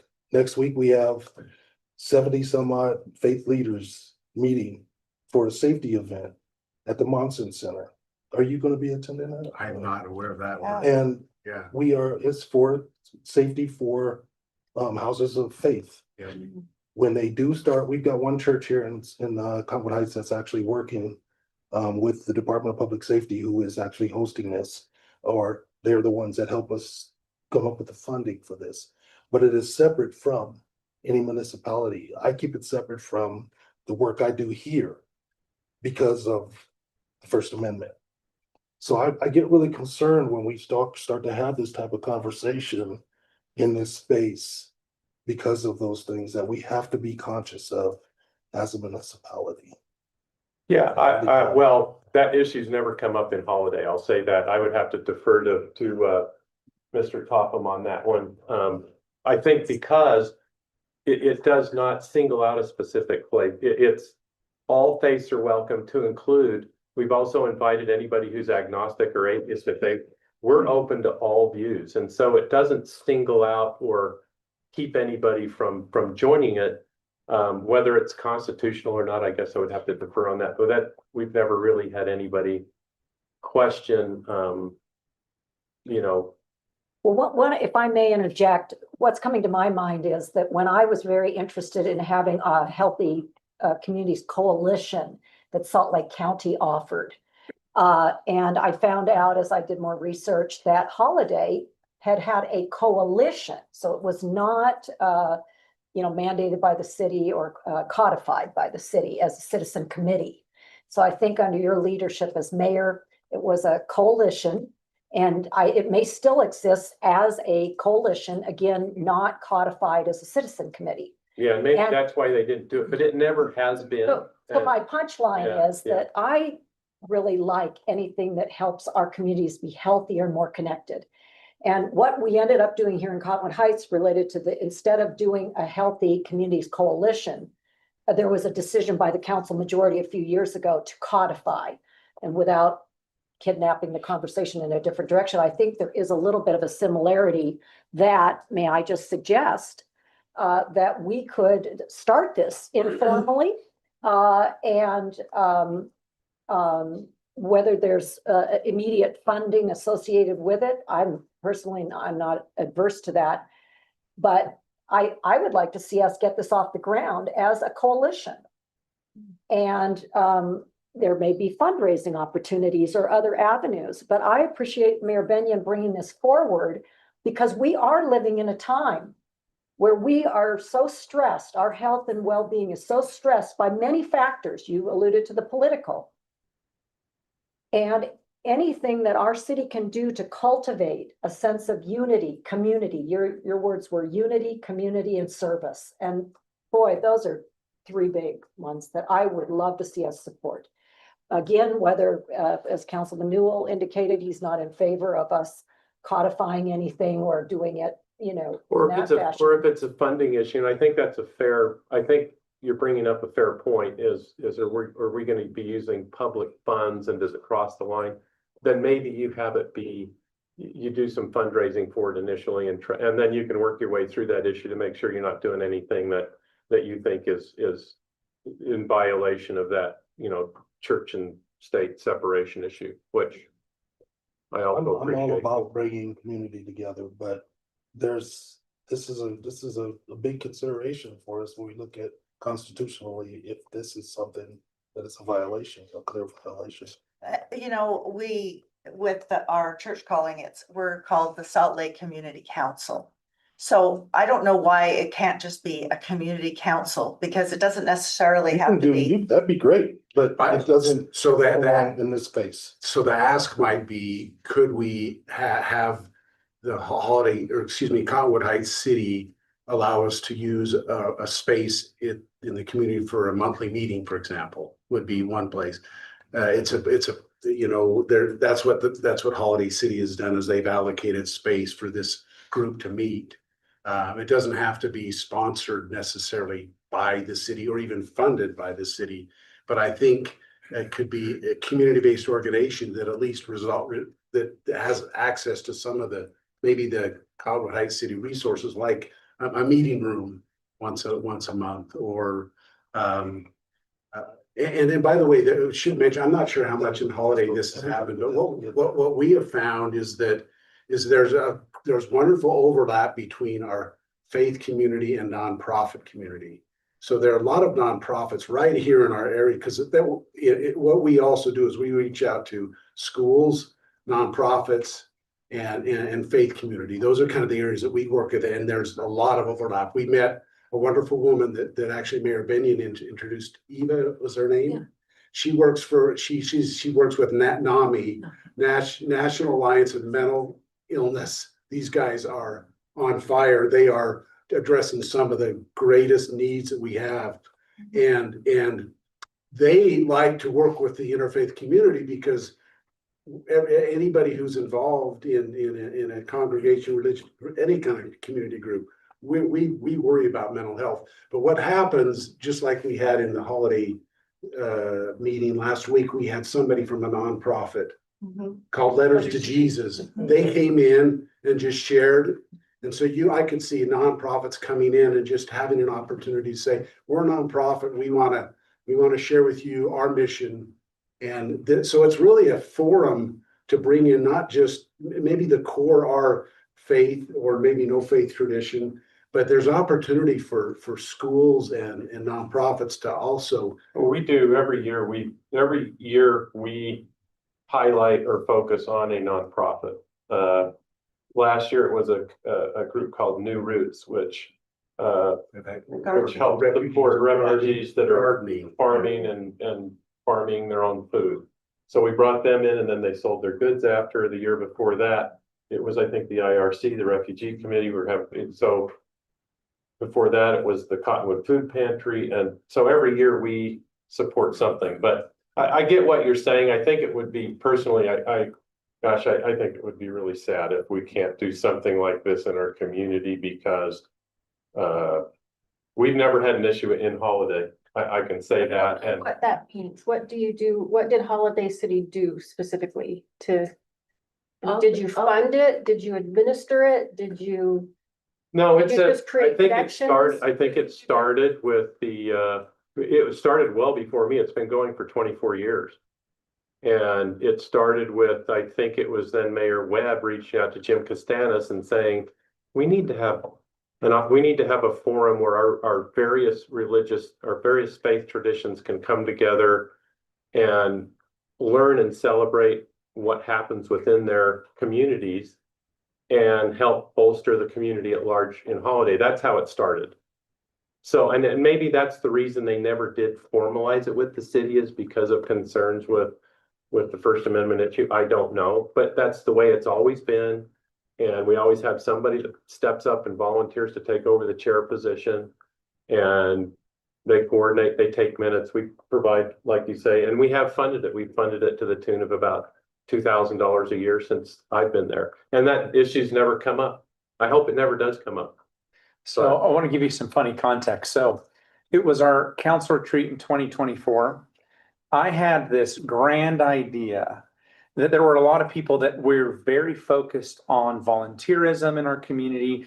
And we saw a couple individuals that were struggling in our neighborhood, and people from an LDS ward, but also other faiths all came together to help support that individual. So I said, gosh darn it, what if we took the opportunity as a city and we created, if it was a foundation or some mechanism where we could come together under the umbrella of going and serving one another. And I've learned a lot of lessons in this job.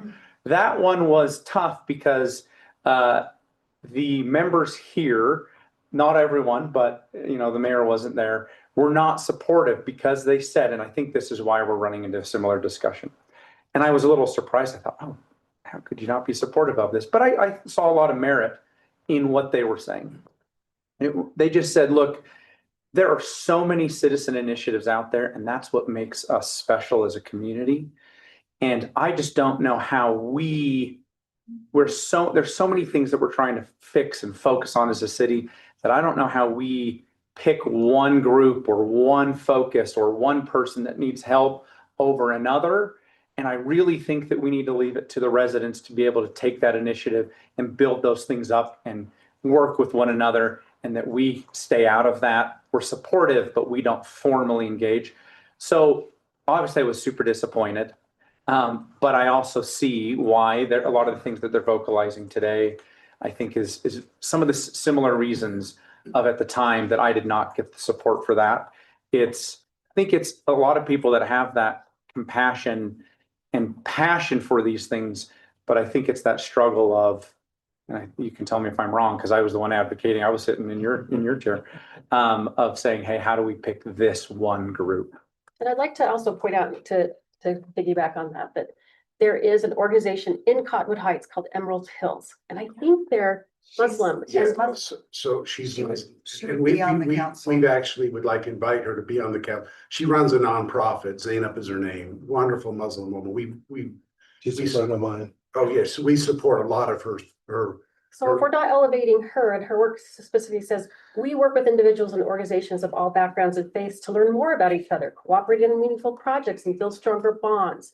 Emerald Hills Institute strives for social justice, interfaith cooperation, advocacy for positive change and connections, relationship building. I could go on and on. Yeah. But I think to Councilmember Holton's point is, how do we choose? If we choose one and not another, how? Well, I don't think we don't choose.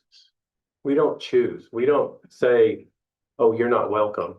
We open it up and we actually go out and That's not what you're saying. what are you saying? No, and you kind of mentioned it. You said, well, what if we get a space here where we can have a meeting? If we give you a space, how come we can't give everybody else a space? Yeah. For whoever it is that comes to us and says, we would love a meeting room or a conference room to have a meeting. How would we be able to tell them no when we've already done that for another?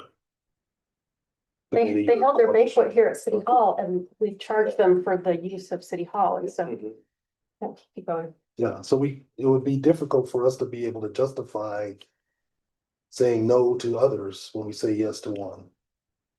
That's not equitable. Yeah, I think one of the differences, like Emerald Hill Institute, it is a 501(c)(3) nonprofit. And we're trying to just create a group of grassroots community members. Yeah, I mean, we basically have passionate people in Holiday that wanted to get together and form this interfaith council. They work together. And it's been a positive thing for our community. We've never had any issues with it. I understand what you're saying, but those aren't questions for me. I think those are questions for you guys. And don't get me wrong, I'm all for it. Yeah. I'm all for it, but just not either. So If you what understand if, that. I hear you. I hear, but that's a concern. So what if, I'm thinking about many different things, but could you introduce yourself, Rachel? You have, just briefly? Sure, I'm Rachel Keeney. I also belong to the Church of Jesus Christ of Latter-day Saints. And we have collaborated, but I don't necessarily work with Chamberlains.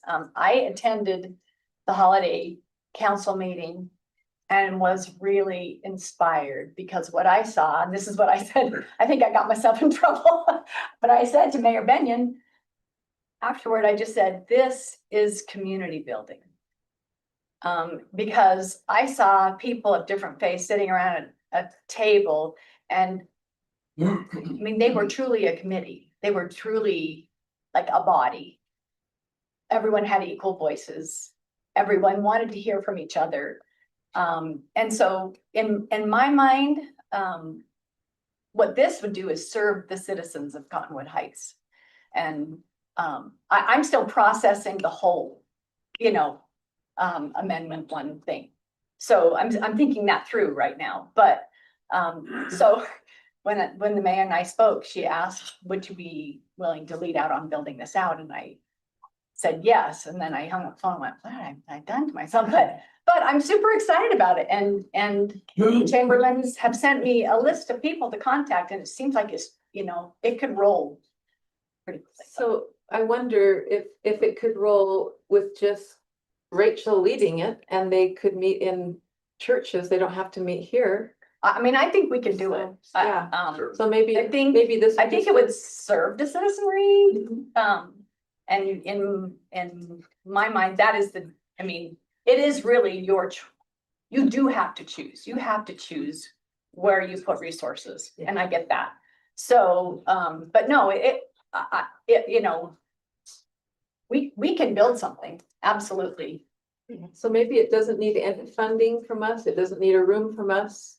Maybe it just needs, if I and council members that are interested, just to help involve leaders that we know, and it can be separate from our city. I'd love to attend. Yeah, that's something. Creating connections ask is completely doable. The funding and administrative part of engaging, our city in that seems debatable. And so that was the essence of my question at the very beginning. What are you asking? Yeah, because I think funding is a minor factor. It is. It's not much money, and if you guys are uncomfortable with that, I think. I think that should be done for fundraising. I don't think that should be done from city funds. Yeah, I think the members of the council, Frank, so my wife and I are part of the Salt Lake Interfaith Roundtable. Now, it's a much larger organization. It was formed as part of the 2002 Olympics. It's a nonprofit, and we pay dues, $50 a year. It's really steep, to be on this committee, this roundtable, and we participate occasionally with some of the things. And so, I don't And they even meet think. at different religious. Well, venues every Yeah. month when they do their They work. take turns and they. Happening in Cottonwood Heights. Well, interesting, but it's, yes. Yeah. So If you want to do it, is of course supported here and welcome. Exactly. well, we were trying to follow a model that we've seen successful at Mill Creek and Holiday. And that's, I think, why we have decided to approach the mayor and this council this way, because we've seen it work well in other cities within the cities themselves. And if you're don't think it's the right fit for a government entity, a city to do this, we'll find a way to make it happen. well, and you could use the city facilities, you just have to pay the rate. Or You know, what it's good. library's free. Yeah, the libraries is another. And what I will personally say, of course, I will help you make connections. Because Exactly. this is an amazing opportunity for us to create Oh, community. Okay, just sorry to interrupt. What changed me was when my wife and I went to an event at a small church in Sugar House, and it was the United Peace Federation. And there was an imam and a father, there was well represented. And after this event was over, and I was invited to speak, and we had this water ceremony. It was really beautiful, just this unity.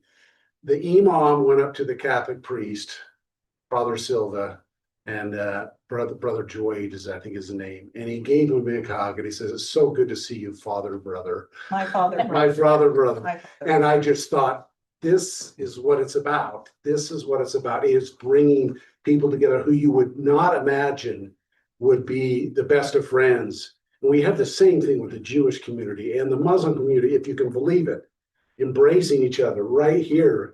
in our city, in Salt Lake City area. It's wonderful. So we will continue our efforts and we will try to create something that we think is it's really transformational. The reality is it's a one-on-one individual thing. It changes all of us. Those of you who've already been involved in this kind of work, it changes us, but our hope is really to get it not just with a group of, 10 or 20 leaders. It's to spread it like they did in Holiday, because you get 500 people showing up at an event in Holiday and your eyes are just opened to your neighbors, And so I regret not having done this 20 years ago and having an opportunity to associate with wonderful neighbors. It's been really transformational. Thank you for letting us have an opportunity just to share. This has been really Thank you. helpful. Yeah. Thank you. Yep. I'll just, I spoke with Mayor Sherry Jackson from Mill Creek. And their Interfaith Coalition is tied to the city through their Promise Foundation. So they have a foundation that helps various people throughout their city, and then it's tied through that. So and they found it very helpful when they had that big fire this fall to be able to get help through the faith communities in their city. So I think there's many reasons it can be helpful for us. And even if it's not tied to our city, then that's okay. We've at least had a discussion here, which I think is very helpful for all of us to at least know about it and see how we can engage. And Rachel, and it's Yesenia, is that the lady that's hosting the Ramadan dinner? What's her? Oh, Zainab. Zainab. I'm gonna be asking them to do this together, to lead out in our city together, and She invited you to Ramadan. yes. I talked about it. Yeah, that was an amazing, I attended that. Yeah. It was an amazing opportunity for But Harbinger it's hard- Institute, the Anatomy of Peace. I'm sure you're aware of that. When we see each other eye to eye, we see each other differently. Yeah. So thank you for bringing it to us. Thank you. Thank you. All right. Thanks. I'll just mention, the Faith Safety Coalition that we're doing next week. It involves law enforcement, but we don't touch it. When they contact our police department about what they've provided for a faith-based institution, it goes through a police department, doesn't go through me, and so they know what's going on. We don't want to be providing, and what we do is we provide grant money for facilities so that they can make them safer and training. They will get the information, but we as a city had nothing to do with it. I was a conduit. Good, And that's what I think would work here, good. is being a conduit, because I have serious concerns about the First Amendment when we start to integrate, I agree. even though I go to 8 different churches. I still have to follow Good, Constitution. good. Okay, this has been a great discussion and I sincerely appreciate everyone's input for this. Okay, now we'll turn the time over. We want to have a discussion of our city hall hours. And we're led by the city manager, Jerry Gerber. Thanks, Mayor. I think I've talked to everybody about this, but we wanted to bring it here just to voice any concerns or anything. We've been on a pilot, and I was supposed to have a couple of slides, and Barbara offered to make them. I said, no, I have time today, and I didn't have time today. So I regret that decision. But we've been on a pilot program where people have been able to work 5/8 with a remote day, sometimes 2, or work 4/10s. It's been going pretty well. One of the things that we struggle with though is management of those hours and trying to figure out with the small of the staff as we have, trying to be consistent and making sure we've got coverage every day. So we've discussed it further.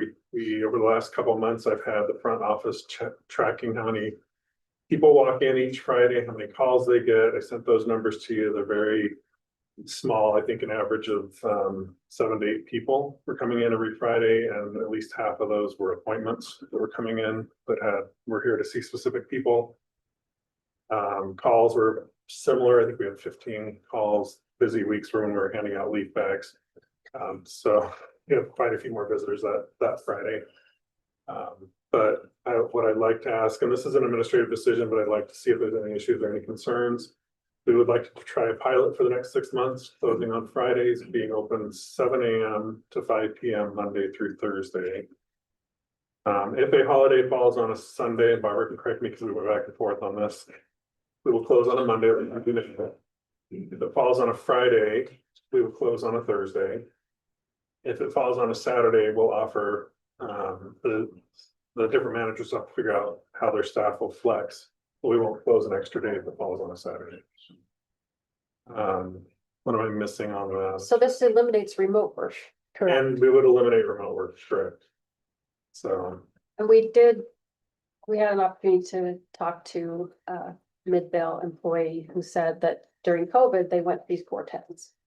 With the understanding that if they got a lot of complaints, that they would 100% go back to the 5/8. And so I'm fully in favor of the trial period. I've said before in a meeting like this, if, as a young mom, I would have given anything to have that extra day of the week to be able to take care of myself, my parents, my children, my community. I see this as being nothing but positive. Doesn't cost us anything. It's just a fringe benefit that actually invites, I think, a good quality candidate to consider working for us. So, but I do appreciate the trial period and I would look forward to any of the feedback that we get from our residents. we haven't had any complaints with Public Works, but they rarely get visitors down there anyway. And they've been closed Fridays for the last 6 months. So we haven't had anybody that I know of. So if you have anybody, please send them my way if you hear from them. Yeah, if there are a number of complaints, then we can address that for sure. Dare I say, I even would have considered a lower salary for this benefit, just for my own personal life management. Yeah, I was finally offered something like this when my youngest child was about to graduate from high school. I'm becoming an empty nester. I can work 40 hours. Now you're gonna give me what I wanted for the last 15 years. Doggone it. So I would just say, to keep it succinct, I stand with council member Highland.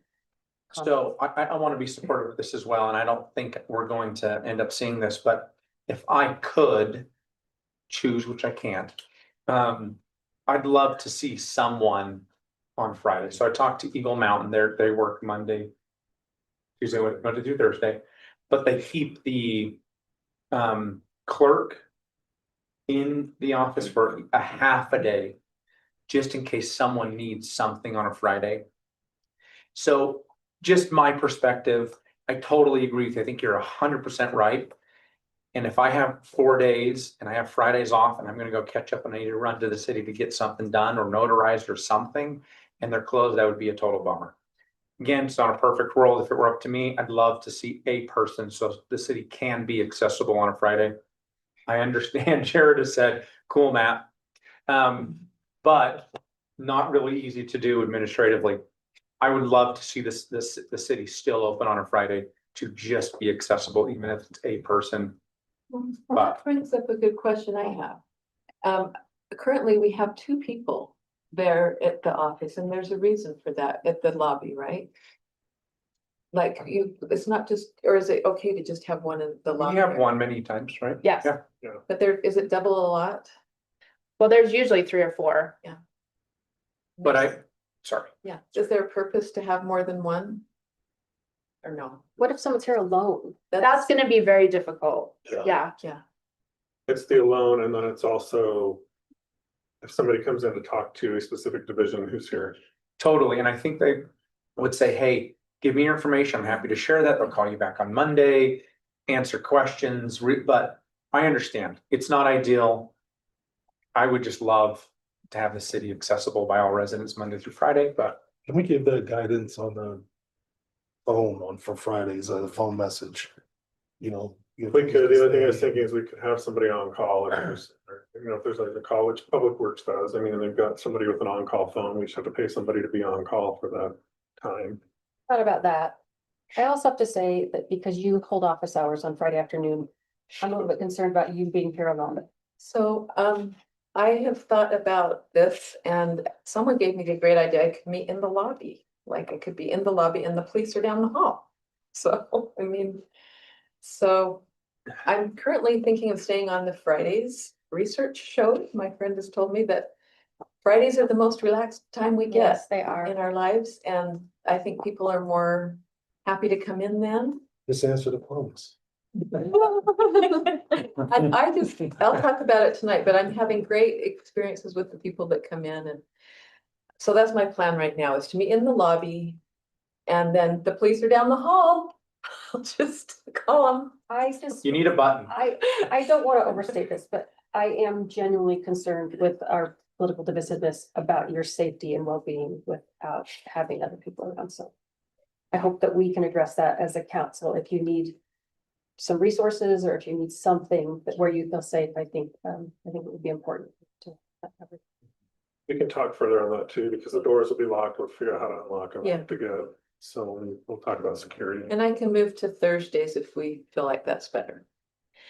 Okay, we better move on. So thank you for this discussion on our staff. Our staff is so critical to us and we feel like this is a way to give them a benefit without the cost to the city. So our next item on the agenda is a review of calendars and upcoming events. We have senior bingo at City Hall this Wednesday, tomorrow, February 18th at 1:30 at City Hall. I'm gonna try and come. I'm a Are senior. you gonna call numbers? I don't I've think never I'll- won. I'm Are you gonna play? All numbers. gonna come visit. I socialize. Then we have local business smartest artist lobby exhibit. That one's a tongue twister for me. And that one is Monday. It starts Monday, the 20th to Monday, March 18th of this year. And then we have the Jazz Ambassadors, United States Army Field Band on Thursday, March 19th from 7 to 8:30 at Butler Middle. And it is free, but tickets are Real quick required. on that, you all should have received an email from Yes. Tiffany asking if you wanted tickets, so Mhm. please respond this week if you can. And then we have our Cottonwood Heights City Book Group Thursday, March 26th at 7 p.m. And the book that we're reading is Crucial Conversations by Joseph Brenny, and Brenny? there's another author, yes. Yes. The founder of the Other Side Academy. Now we are going to move to a closed meeting to discuss the character or professional competence or physical or mental health of an individual. This is our first closed meeting during my time. So we will ask everyone that is not part of our council. So Well, I think we have to motion. Motion. Okay, You remember the motion? Well, I motion that we close the work session to open a closed meeting. thank you. Do we have a second? All right, yes, I second that. Okay, all in favor? Aye. May we get some food and Yes, we can Should I get some close meeting food and over? move to that closed session. That's a Dinner? great idea. And then we'll reconvene in our citizens. I know that we can track it. Oh, I know. I'm glad you texted me. Well, I'm glad, and, there's no reason to now, from the end of. You want to go contract You're scared about- meeting, you know, the hours. Different. So if you check your calendar. About the content. That makes Like, I sense. just, I don't know, I don't think. Is that what we're doing? Very easy to get together, you know, I don't. Yeah. Yes. She said yes.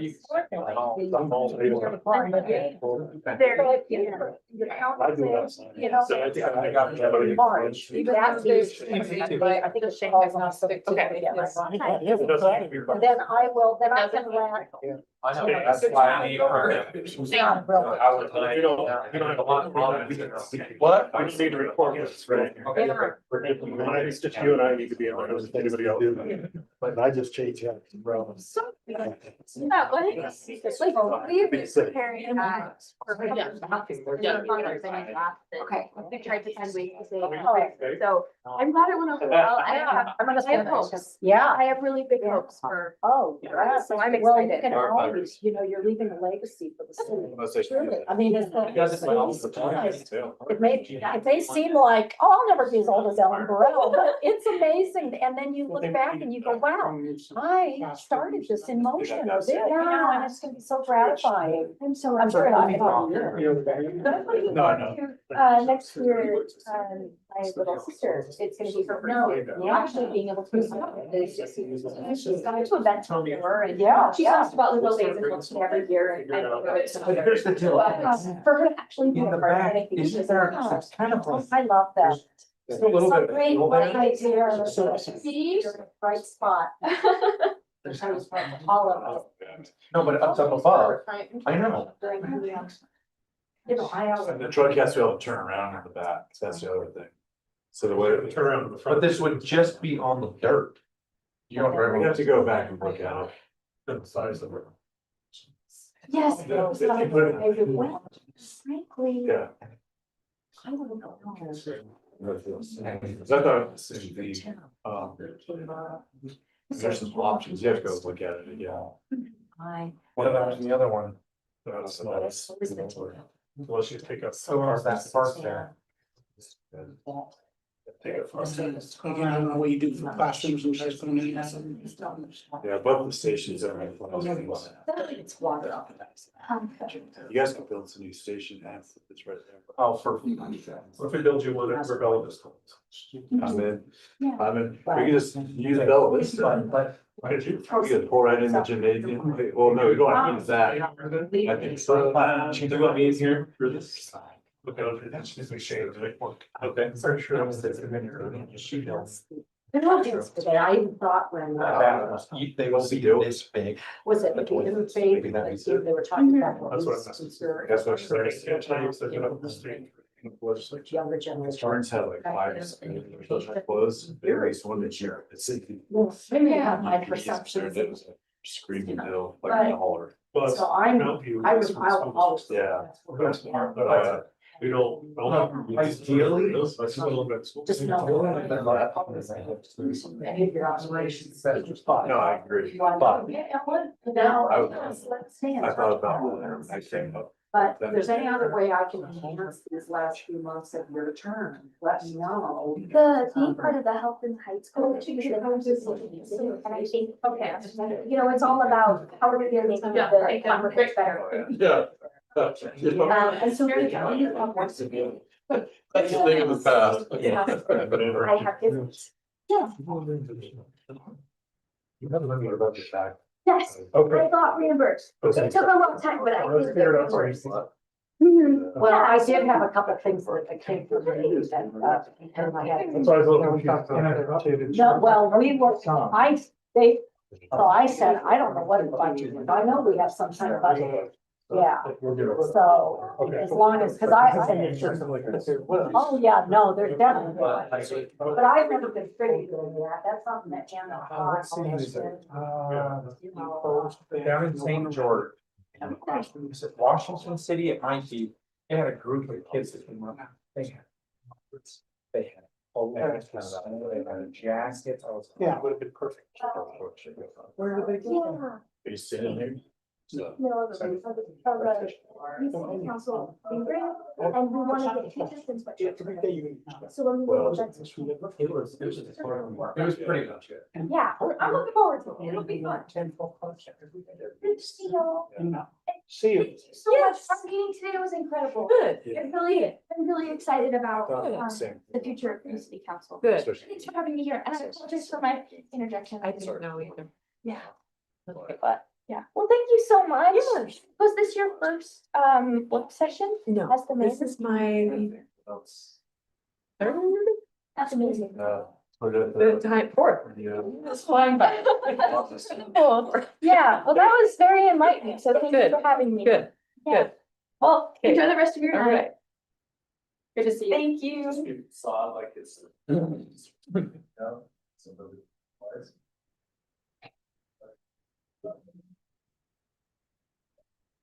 I wasn't too harsh with that. No, but All right. Should, okay.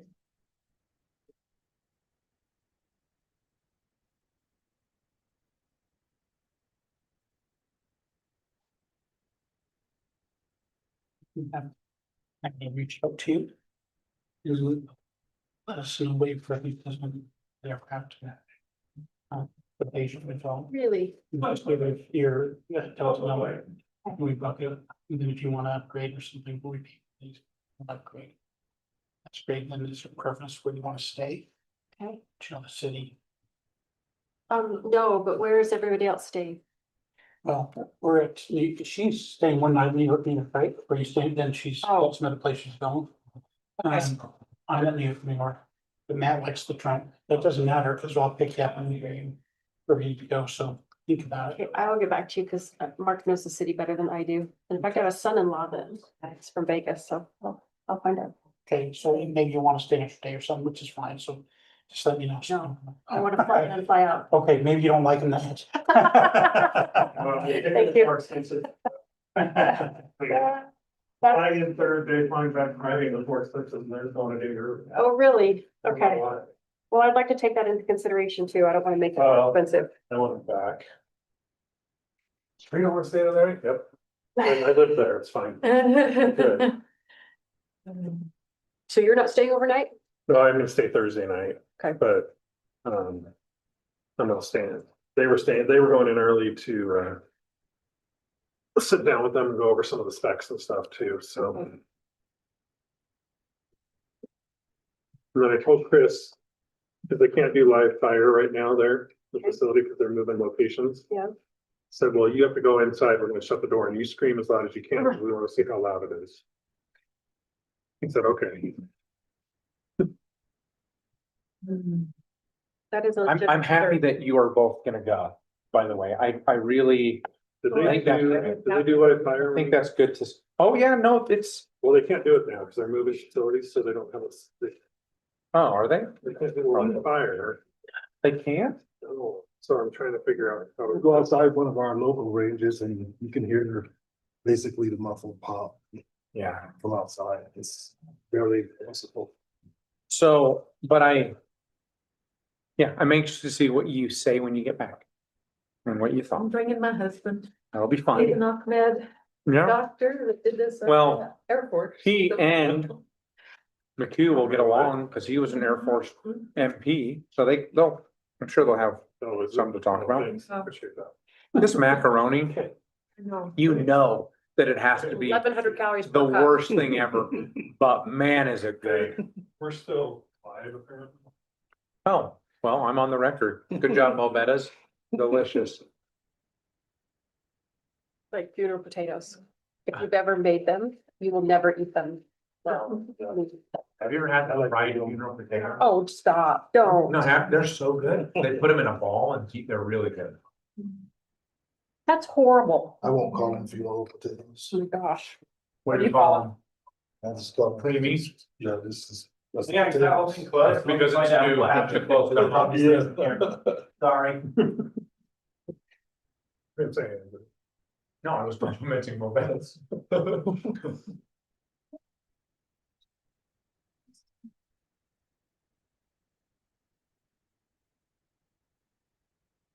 That's why I usually don't close these till it's gone, because if you ever see those up, then we are still live, so sorry, I didn't catch that. I'm marching the ocean so fast. This is just. Don't stop. We're going to an escape room on Saturday for Ellie's birthday. Usually my wife or I will spend a ton of time coming up with like a really cute invite. So she starts working on one. And I just say to her, Katie, give me 1 minute. Are you okay if I take a stab at this? And so I did, because I just asked AI. And she was like, kind of bummed, but also excited, because it was like, "Man, such a good job." So this is Ellie. Ellie's 9th birthday, very mysterious. And it put her as a